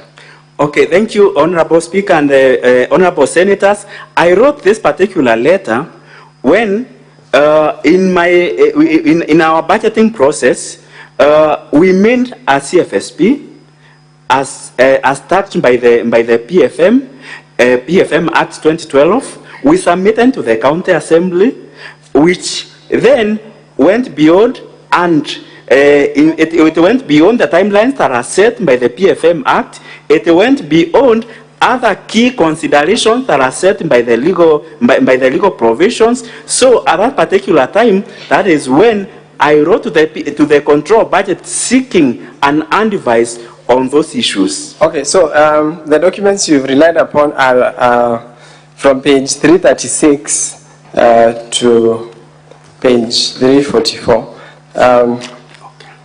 So, has the county assembly implemented the memorandum that was arrived at between the executive, the assembly, and the control of budget? It is important that I give some information to this honorable house what happened. For the sake of time, I just want you to confirm whether just very briefly explain what happened after you came up with the memorandum. Okay.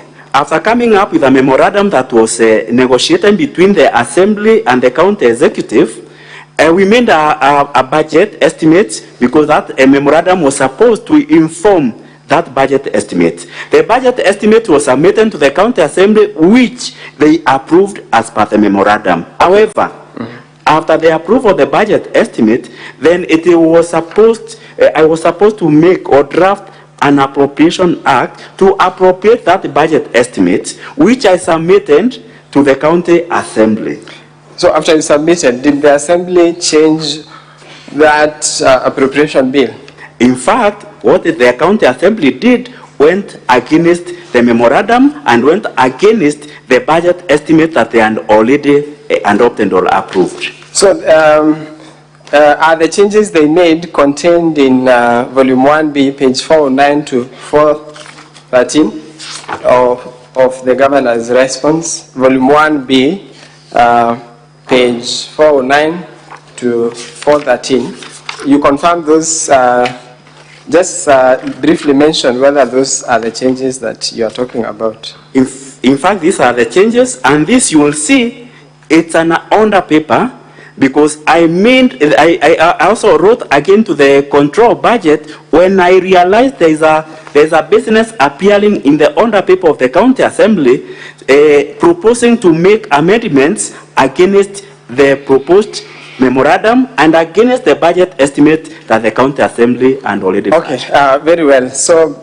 just before we invite, before we let you off for the examination in chief, there were several comments made yesterday about service delivery of the governor. So can you just tell us briefly how is the governor's performance in terms of financial performance relating to development in the county? Thank you, Honorable Speaker and Honorable members of the Senate. The performance of a governor can only be informed by the budgetary, how the governor has managed the budget through the report that has been produced by the control budget through the absorption rates. Currently, the Meru County government, this financial year, we have achieved 79% of performance in terms of budget absorption. Then, financial management. The only person who can be able to measure the performance or financial performance of a governor is the report of the Auditor General. The Auditor General's report that we have 2022-2023 confirms that the governor has transparently and prudently used utilized the finances of the funds of Meru County. Then number 3, on revenue performance, still, it's another indicator of performance. The only report that we can rely on revenue performance is a report from the Commission on Revenue Allocation. We have not seen any adverse report from the CRA. We have not seen any adverse report from the control of budget. We have also not received any adverse report. What we have is a qualifying report from the Auditor General. Okay, that would be all for this witness. Thank you, Madam Speaker.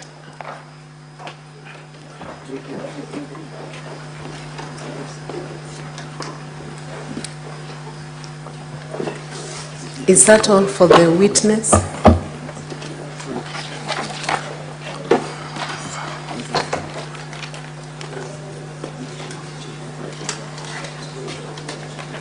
Yes, Madam Speaker. So we are proceeding on to cross-examination. Yes, Madam Speaker. My name is Boniface Kawira. I'll not take more than 10 minutes with this witness.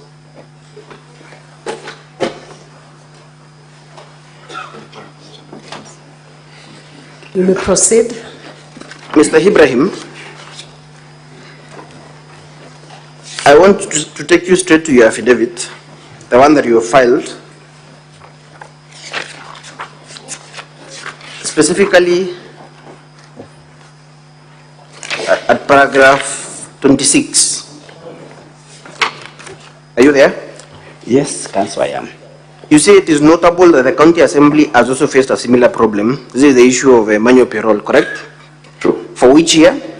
Okay. Which year from the Which witness statement? volume are you relying on? That is volume 1, Madam Speaker, the governor's response. 1B or 1? Volume 1, the response. Volume 1. Okay. The witness's witness statement. Okay, proceed. At page 33. Which years are referenced in that statement? 2020-21 and 2021-2022. So was the move of the impeachment motion a member of the County Assembly then?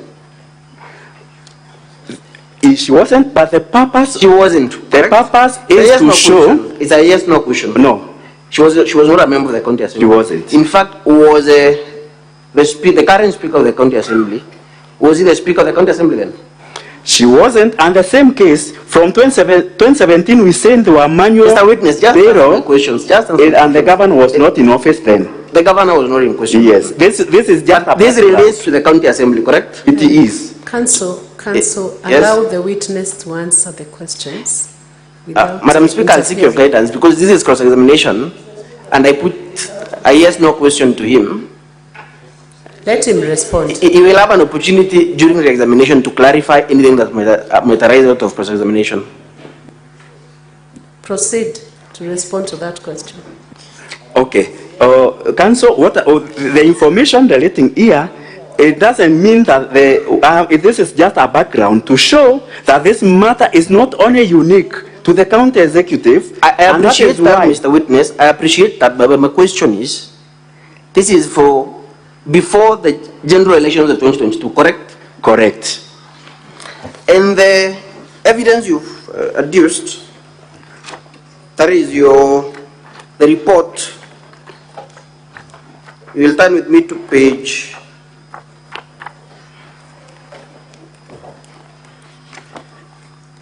1B. The report therein also relates to the financial year 2021-2022. For the county assembly? Yes. Yeah, for the 2 years. For those 2 years? Yes. Before the life of the current assembly? That is correct. So, Mr. Ibrahim, is it your evidence then that the answer to that allegation by the governor is that one, even the county assembly did it? Because that is what I'm getting. Is that your defense? My purpose to produce... No question. Is that your defense? That even the county assembly did it? Is that your defense? That is not my defense. Okay. Let us proceed. I'll take you to the letter at page 344 of the volume 1B, the governor's volume 1B, Madam Speaker.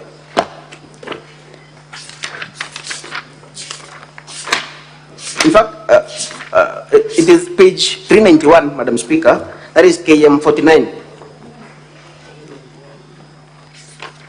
What page? Page 391. Page 391, KM 49. You say there was a budget stalemate, correct? True. And you say that the county assembly, because you're writing to the clerk, you say they increased the ward fund from 33 million to 45 million, correct? Correct. Is that the position in the appropriations bill? Okay. This is a yes, no question. I need to explain this one. It is a yes, no question. What is the amount? The context of just wait for my question. Wait for my question. Yes. What is the amount in the appropriations bill that was passed by the county? Currently, it is 36, and the agreed was 33. And then the context of this letter is another paper. Wait for my and question. It shows what was supposed to be done there. Sir, can you respond to the figures you're being asked? Currently, it's 36 million. 36 million? Yes.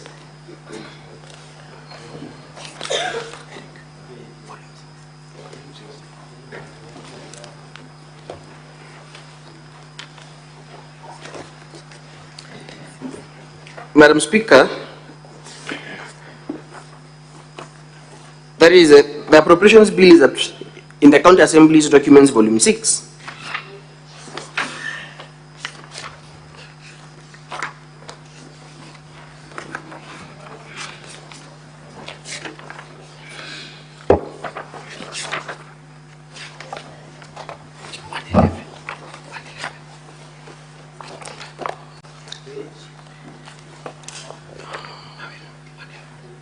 Just a moment, Madam Speaker.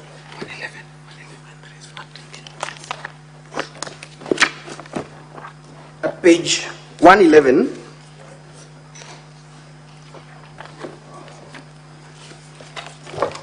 and I want you, Mr. Ibrahim, to confirm at page 111 the word-based development projects. What is the total amount for each of them? The last column on the far right. What is the total amount? 33, is it? Okay. What is the total amount? Is it not 33 million? Yes. Okay. Do you still maintain your answer that the correct amount is 36 million? Yes or no? Okay, that's 3 million. Okay. You concede that? Yes.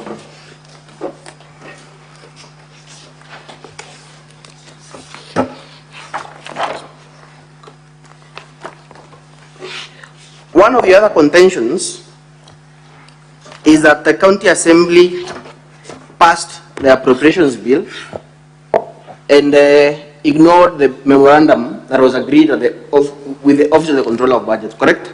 True. And one of the other issues you raise is that the CFSP was not passed within the necessary timelines. It's true. So is it your contention then, and this is a yes-no question, that if a CFSP, if the county fiscal strategy paper is not passed within the 14 days, then the executive can proceed to implement the same without the county assembly approval? That is not so. That is why I saw an explanation or an advice from the control budget. So even if the 14 days had lapsed, the county assembly could proceed to consider and make amendments as allowed under section 117 of the I sought an advisory and we were guided. So you agree then that the county assembly could still, after the 14 days, consider the CFSP and pass it with amendments? The guidance from the control budget, there is a letter there, it's a yes and no they question. have been told. It's a yes no question. They were Would the county executive proceed to implement it without county assembly approval? Yes or no? What? Come again? Could the county executive or the treasury that you had, correct? Could it proceed with the CFSP without county assembly approval? No, it couldn't. So the county assembly approval was necessary even after the lapse of 14 days. And that is why we were advised by the control budget as the county assembly was on wrong, but we were told for us to move, it was a stalemate. We need to come and agree together. Because the law allows that the county assembly can make amendments, correct? In fact, yes or no? The law says, and the county assembly make amendments to the CFSP. It can make. So however, what is it? Wait for my question. If the county assembly could make amendments to the CFSP, and indeed they made those amendments, why did the county executive bring those budget estimates without considering the amendments that have been done by the county assembly? There was a contention one. That is why. You agree there was a contention from both parties? Yes, from both parties. Contention by both parties. Ours was on the timelines. I need for my question. Honorable members, I need to explain because this is an You'll have an opportunity. You'll have an opportunity, Mr. Witness. A contention by both parties. By both parties, yes. So you will agree then that this deadlock was caused by the actions or inactions by both parties? Majorly by the county assembly. Granted. You breached the county assembly breached the timelines. Just wait for a question. Among other provisions of the law. Wait for my question. Do you have evidence that the entire budget for 2024-2025, the 12 billion, was subjected to public participation? Do you have that evidence in your volume? Okay, the budget. Yes or no? Public participation, that is subjective. The witness. Do you have the evidence? Witness, you are okay. required. You are required to respond to the question he has asked. About public participation, I Well, believe guided. that's one question that can be a yes or no. Yes, Is there there's public an evidence towards that. Point me to the evidence. Point me to that evidence in your bundle. I think I need to be assisted. Your volume 1B, you have your volume 1B there. Point me to the evidence. That you conducted public participation for the entire 12 billion. The county executive? Yes.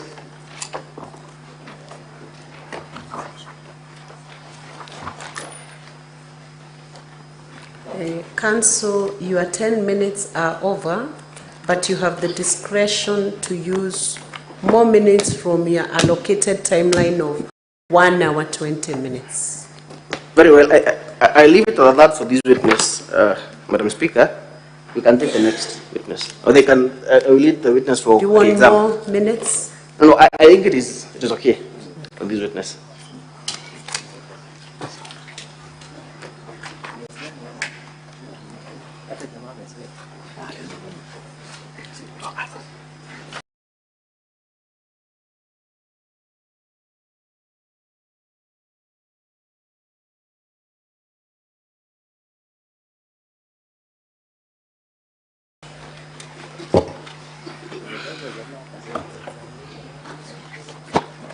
Madam Speaker, I will take 2 minutes just for the exam. Honorable Ibrahim, you have been tasked to explain the deadlock that was there between the county assembly and the county executive. Did you write a letter to the controller of budget complaining of the actions of the county assembly? Yes, I did. And have you produced that letter in your bundle of documents? Yes, in fact, in several letters, not just one. So the letters that you said fall from page 336 to 344 Yes. of volume 1B of the governor's documents? Yes, Council. So was there a legal basis for you to complain to the controller of budget? Yes, several. Like the timelines and other key considerations. Now, have you detailed those complaints in your letter? Yes, they are detailed. And you would invite the members of this house to have a look at that letter to appreciate the basis on which you are complaining? True, Council. And my last question, did you experience demonstration of good faith from the assembly after the issue was mediated by the controller of budget? Yes, one is when Did the county assembly show good faith following the conclusion of the memorandum that you drafted, following the intervention of the controller of budget? It didn't. Why are you saying so? Because up to the budget, we went on very well. Then immediately after the budget, when we went for the appropriation bill, that is where things turn west. Because one, they went against the memorandum, and then number two, they took along almost 2 weeks before considering that appropriation. So you invite this house to have a look at the documents you have tendered in support of that claim, to True. appreciate your evidence. Okay, that would be all, Madam Speaker, for this witness. Thank you. Thank you. So, honorable senators, we have this witness, and I have several requests to seek clarifications. We should use the least time to get clarifications from this witness. Senator Mutinda Tabitha Murray.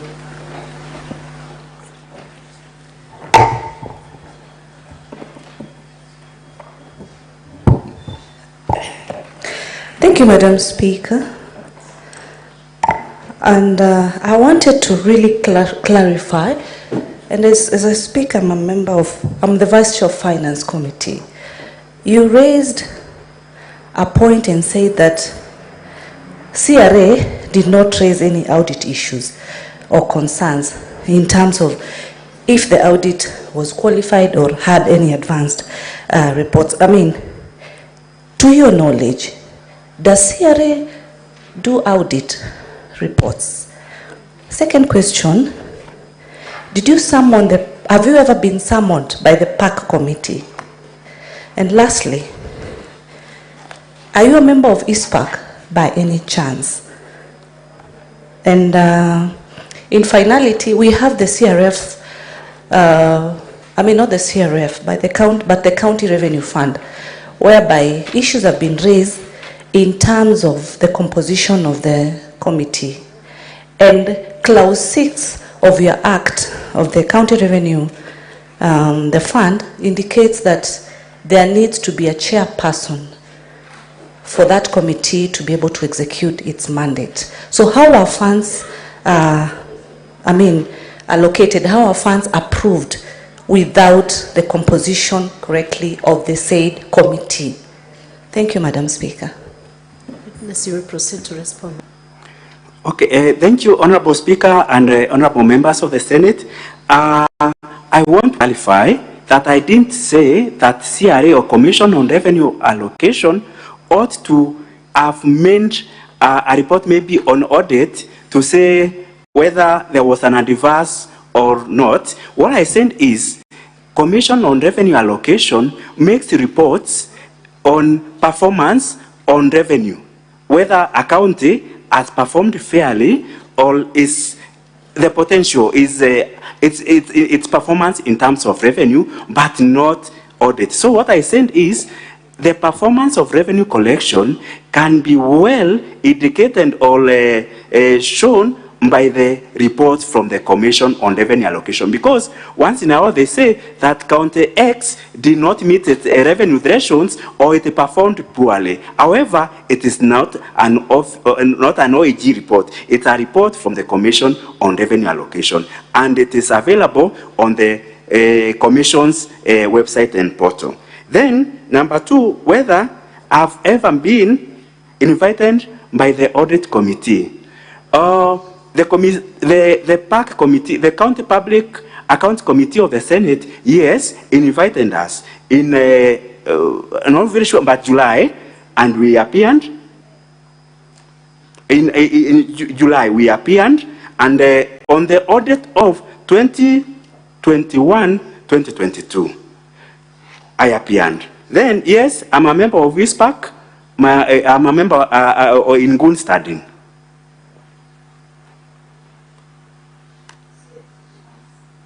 Okay. The transfer to the Meru County Revenue Authority. That transfer, the money that is transferred to that board, it is from the main revenue of the county after that money has been budgeted and has been approved. And that still money is also audited by the Auditor General on its prudence and how how it has been accounted for. So it is transferred from the Meru County revenue to revenue allocation to that to maintain its operations, because the authority is supposed to be self-sustaining. However, at the moment it isn't, so we transfer some money to the board. Yes. Senator Wambua Enokio, what's your intervention? Oops. Thank you, Madam Speaker. I have two very quick interventions. One, just for clarity, witness said at some point things turned west. I would want to understand when the things turn west, where are they heading? You know, what you say there is the only thing that we can use to make a decision. So I would want clarification when things turned west. Where are they going? Secondly, Madam Speaker, more substantively, there has been reference to the auditor report of 2022-2023. And the witness did well when he made reference to Article 2298 on the processing of auditor reports. That those reports cannot be used as material evidence in any proceeding until and unless they are considered by the Assembly and Parliament. But then he went ahead and made serious submissions on the basis of the audit report of 2022-2023. So where should we stand? Should we stand on the basis that we cannot make reference to 2022-2023, and in which case then dismiss everything that you have said about your standing, or should we take what you have said as part of evidence in these proceedings? Respond, witness. Thank you, Honorable Speaker and Honorable Members. My reference to things standing west is in relation to the budgeting process, because we had a negotiating team that was that was superintended by the Office of the Control Budget, and one of the recommendations she had made is, after coming up with a memorandum, that memorandum becomes or forms the basis of our budget making. So that is where things, that is in as far as the budget making process is concerned. That is where I've said things stand west. Then I've referred to Auditor General report. To Auditor General's report 2022-2023, I'm not saying that it should not be referred to. What I'm only saying is, for this matter that is before the Senate on impeachment, if it would have been addressed in the committee of the PAC of the County Assembly of Meru, a number of things like manyora would not have found itself here. Because in that committee, we would have explained what we've done and the materiality of that matter, because we would have explained that this money that was paid through the manual payroll is money that has been budgeted, money that has been requisited to the control of budget, and money that has been paid to individuals. It is not money that has found its way to other people, but you could even find the bank account. So it's not a material thing that should have even brought even an HR person to be reprimanded because of that, because it is a matter that is not so material. However, that is how I have referred to the Auditor General. So report, I have not said shouldn't be referred, but for an impeachment motion, I think if this matter was addressed at the PAC committee, they would even have gotten more information and more materials to support or not to support. Senator Cherarike Samson Kiprotich. Madam Speaker, and I request the witness to be very brief. Mr. Witness, CPA, what is your ISPAC number? Number one. Number two, when you say CPA is 4 years, what is the legal authority or the policy of labor relations to give weight for you to say it stands 4 years? Number three, you have said that the spending of doctors' payment was within the legal authority and the CPA. My question is, how much was the budget in that financial year? If it was not there as a CPA, you know if there is a allocation as the PMF Act envisages, whether that reallocation was sought. And number three, whether supplementary budget was sought to effect those changes. And finally, in 1B, the memo that we are provided is unsigned. It is signed by only the chair. So how can we trust in this volume 1B, Madam Speaker, that memo that had been signed the engagement, the part of secretary and chairman is not signed, nor is it stamped? Is it an authentic document that you will want to present to this House for proper consideration, considering what the House is considering, Madam Speaker, is a very serious issue. Madam Speaker, if you can answer those 4 questions, I'll be grateful. You may proceed to answer those questions. Thank you, Honorable Speaker and the Honorable members of the Senate. My reference to CMBA 4 years, I may not authoritatively quote it, but I know it has been it has been termed from HR quarters. I'm not an HR expert. I want to say that, but it has been always saying that a CBA runs for 4 years. That is what but I'm not an HR expert. Yes. Then legal authority on the legal authority of payment of that allowance or the medical allowances that have been awarded after the CBA. This Honorable Speaker and the members, this payment has not been done only in 2022, 2023. It began from 2017. So, honorable members, when that expenditure was introduced to the budget, that is when it accrued on the budget. So even in the forthcoming years, it has been incorporated into the budget. So it didn't require a supplementary budget last financial year because it is a payment that was confirmed from 2017. So it has always been there. It has been provided within the budget. The memo on the 1B, I want to say, authoritatively, I want to own that memo. It is authentic. That memo is authentic.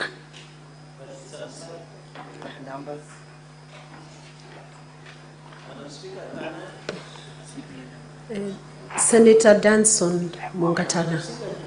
So, Mr. Speaker, to the witness, just hold on, Senator Danson. Yes. 1 minute. There was a question on your ISPAC registration. Oh, yeah. My ISPAC registration is 10955. Senator Danson Mungatana. Thank you, Madam Speaker. Madam Speaker, I was seeking clarification from the witness. I was listening to you when the question was put to you on the financial performance of Meru County. And I heard you say the Auditor General has given a report saying that it is an unqualified opinion. Therefore, it is good. I want you to clarify to me, is the Auditor General the only way, as a professional, that you would measure the financial performance of Meru County? I wanted to know, isn't budget execution, things like performance, finishing on the projects and stuff like that, that would amount to good financial performance? And if so, please answer that question, because it will help us to make some decisions. I submit, Madam Chair. Proceed, witness, to answer that question. Thank you, Honorable Speaker and members. Yes, budget execution. Okay, Auditor General report is not the only way, but is the surest way. Where this one, it takes away every doubt, and that is why most of issues relating to financial management, there are recommendations. There be a special audit. There be an audit carried out to find out. However, even the budget execution is one way to measure financial performance, and that is why in my response I said that the controller of budget report on a budget in our budget appropriation or on budget execution, it is indicating that we are doing the county government of Meru is performing well in terms of budget execution at 79%. I think that is good. Then another indicator of good financial performance is paying like we are talking about payment of allowances to doctors. If a county is performing poorly financially, we would not be able to pay those allowances, but what we would be seeing is a protest on the roads, doctors protesting for a CBA that was agreed in 2017.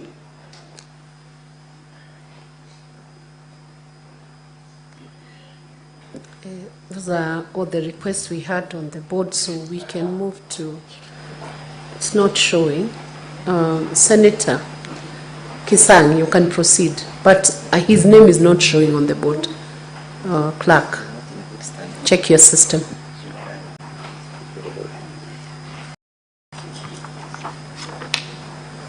Thank you, Madam Speaker. I don't know why my name is not showing there and it's on this side.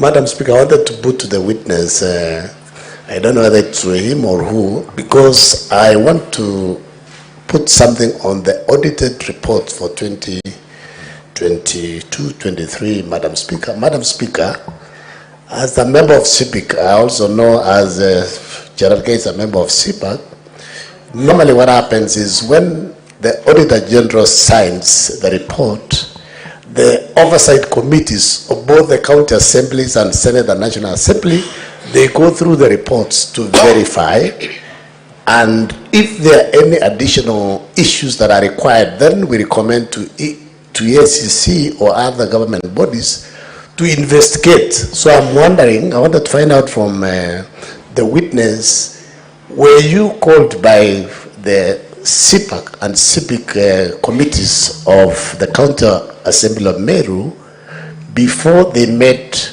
this particular audit query and impeachment issue?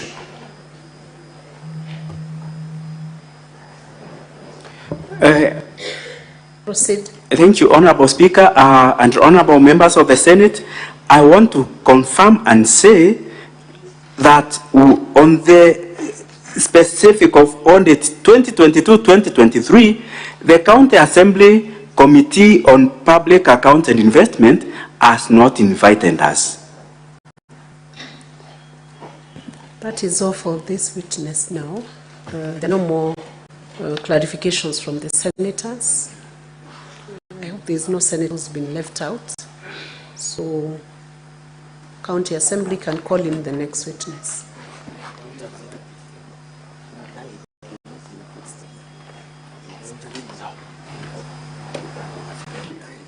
Sorry, it's the county executive team that is calling in the next witness.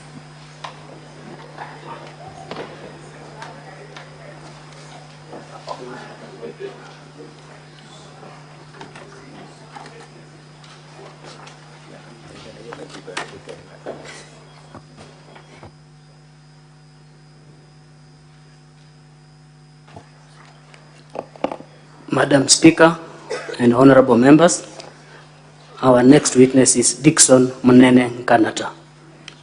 Thank you.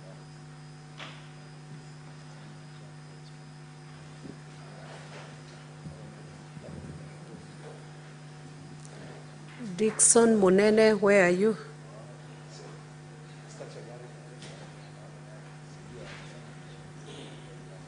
County executive team, where is your witness?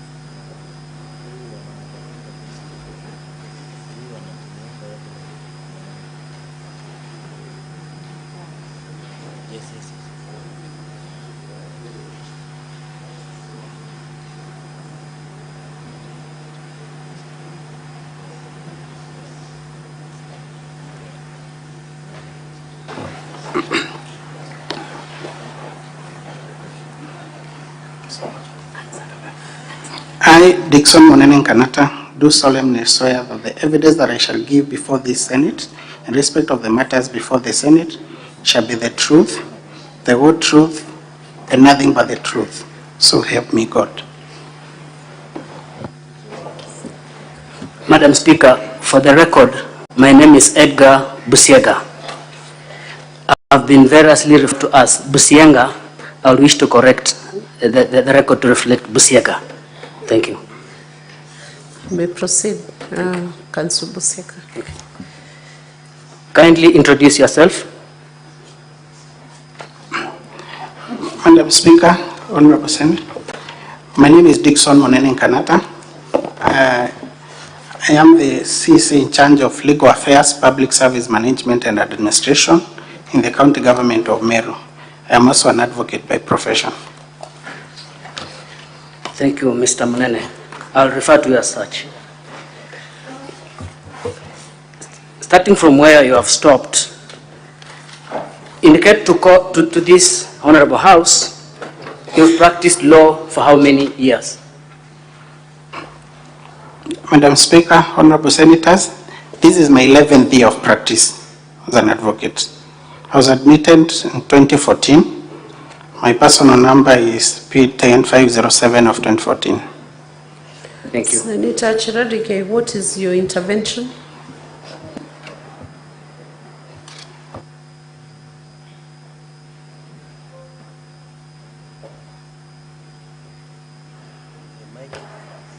Madam Speaker, perhaps if you could freeze the time during the intervention. Your time is frozen anytime there is an intervention. Can you give the mic to Senator Chiradike? Madam Speaker, understanding 104 on the declaration of interest, I don't know how will this one proceed because Council Busieka and Council Monene and myself were in the same class. So is it in order that the council and the witness should have declared the interest before proceeding so that the House is cognizant of the fact? Senator Chiradike, I believe you must be out of order because many of us were in class with so many other senators and many other people who are appearing. Unless you have special interests like being common shareholders within a company or other interests beyond going to school together. That's the only time you can then, unless you have very serious interests that go into legal, proprietary, or other definable interests in law, that would then bring the team together in such a manner that they've been resolving issues in a way that would influence their judgment in these proceedings. Otherwise, if it's just going to class together, many people have been in school together. So I will overrule that objection. Or do you have any other interest you want to disclose beyond going to school together?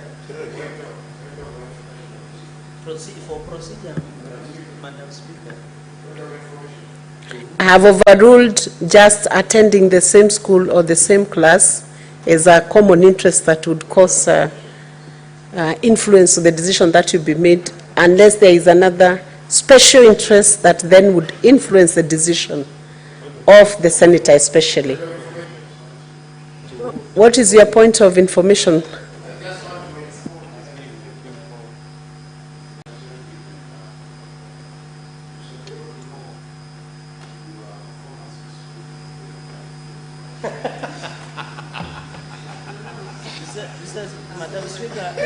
Senator Meru, is there another point of information which is relevant and will not take away our minutes?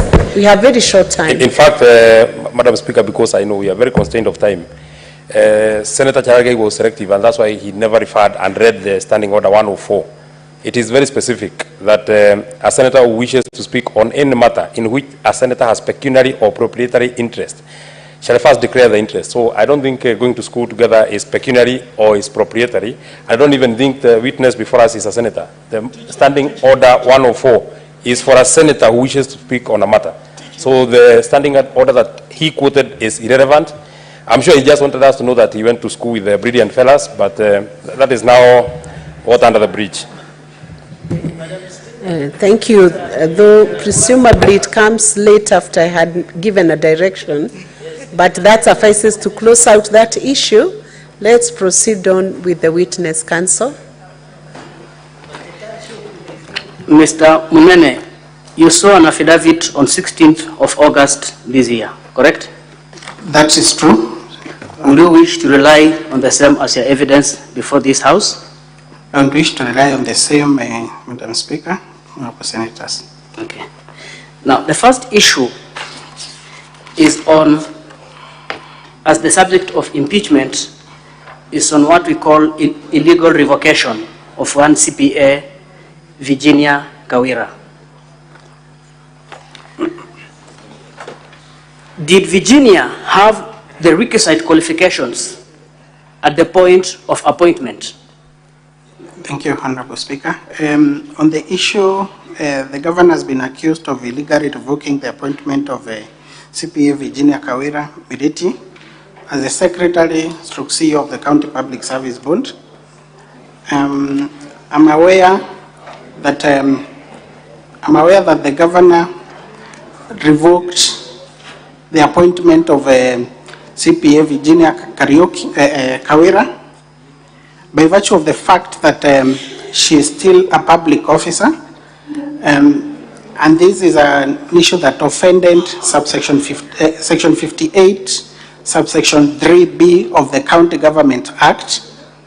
It was an expectation that after the nomination and approval of CPA Virginia Kawira by the County Assembly, before she took appointment, she should have resigned so that she doesn't own two offices, and so that she qualifies by virtue of that section 58 3B of the County Government Act.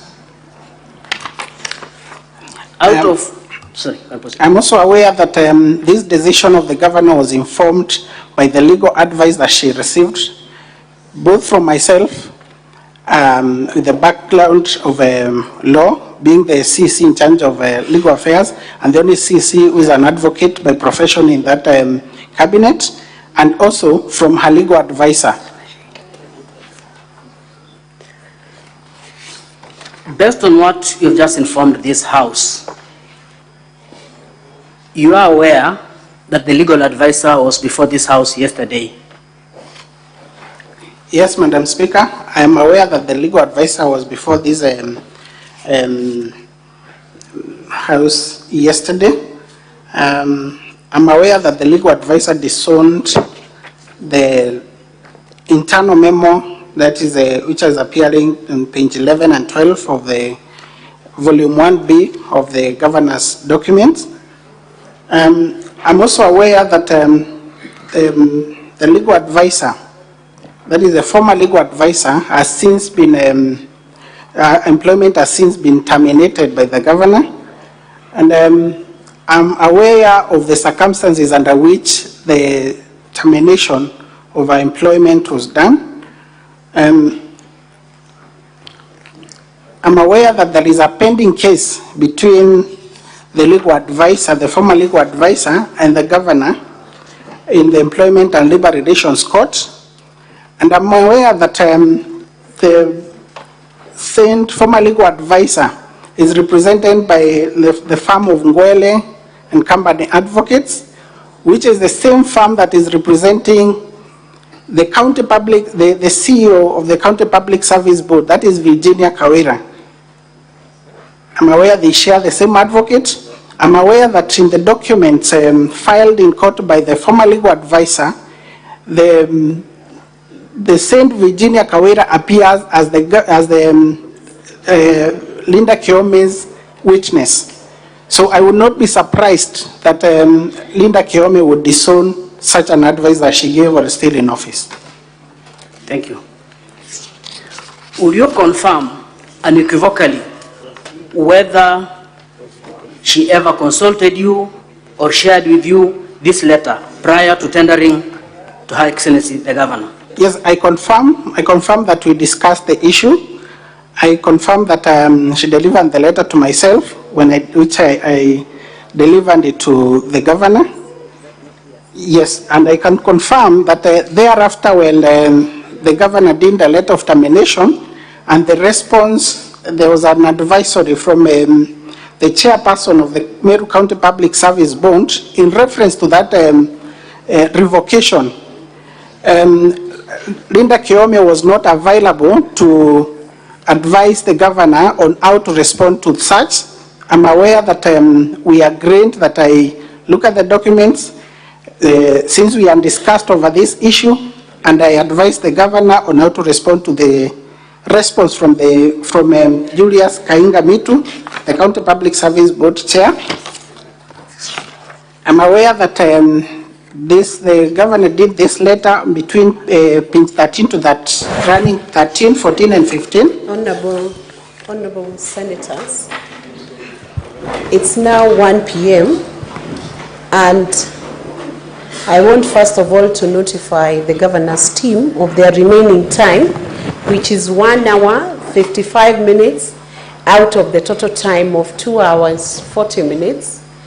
This will be reflected in the supplementary order paper that will be printed for the afternoon session. The county assembly team will have 1 hour, 10 minutes out of their total time of 1 hour, 20 minutes. Honorable Senators, the session in the afternoon will resume at 2 p.m., not 2:30 p.m. So, Honorable Senators, it's now 1 p.m., time to adjourn the Senate.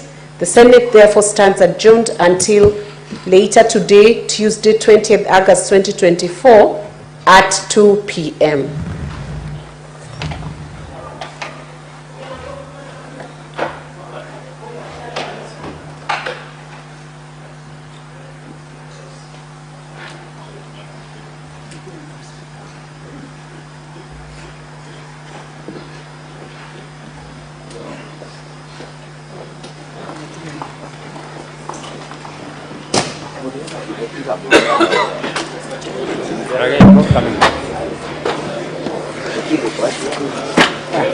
Sasa ninafikiri utanipatia hiyo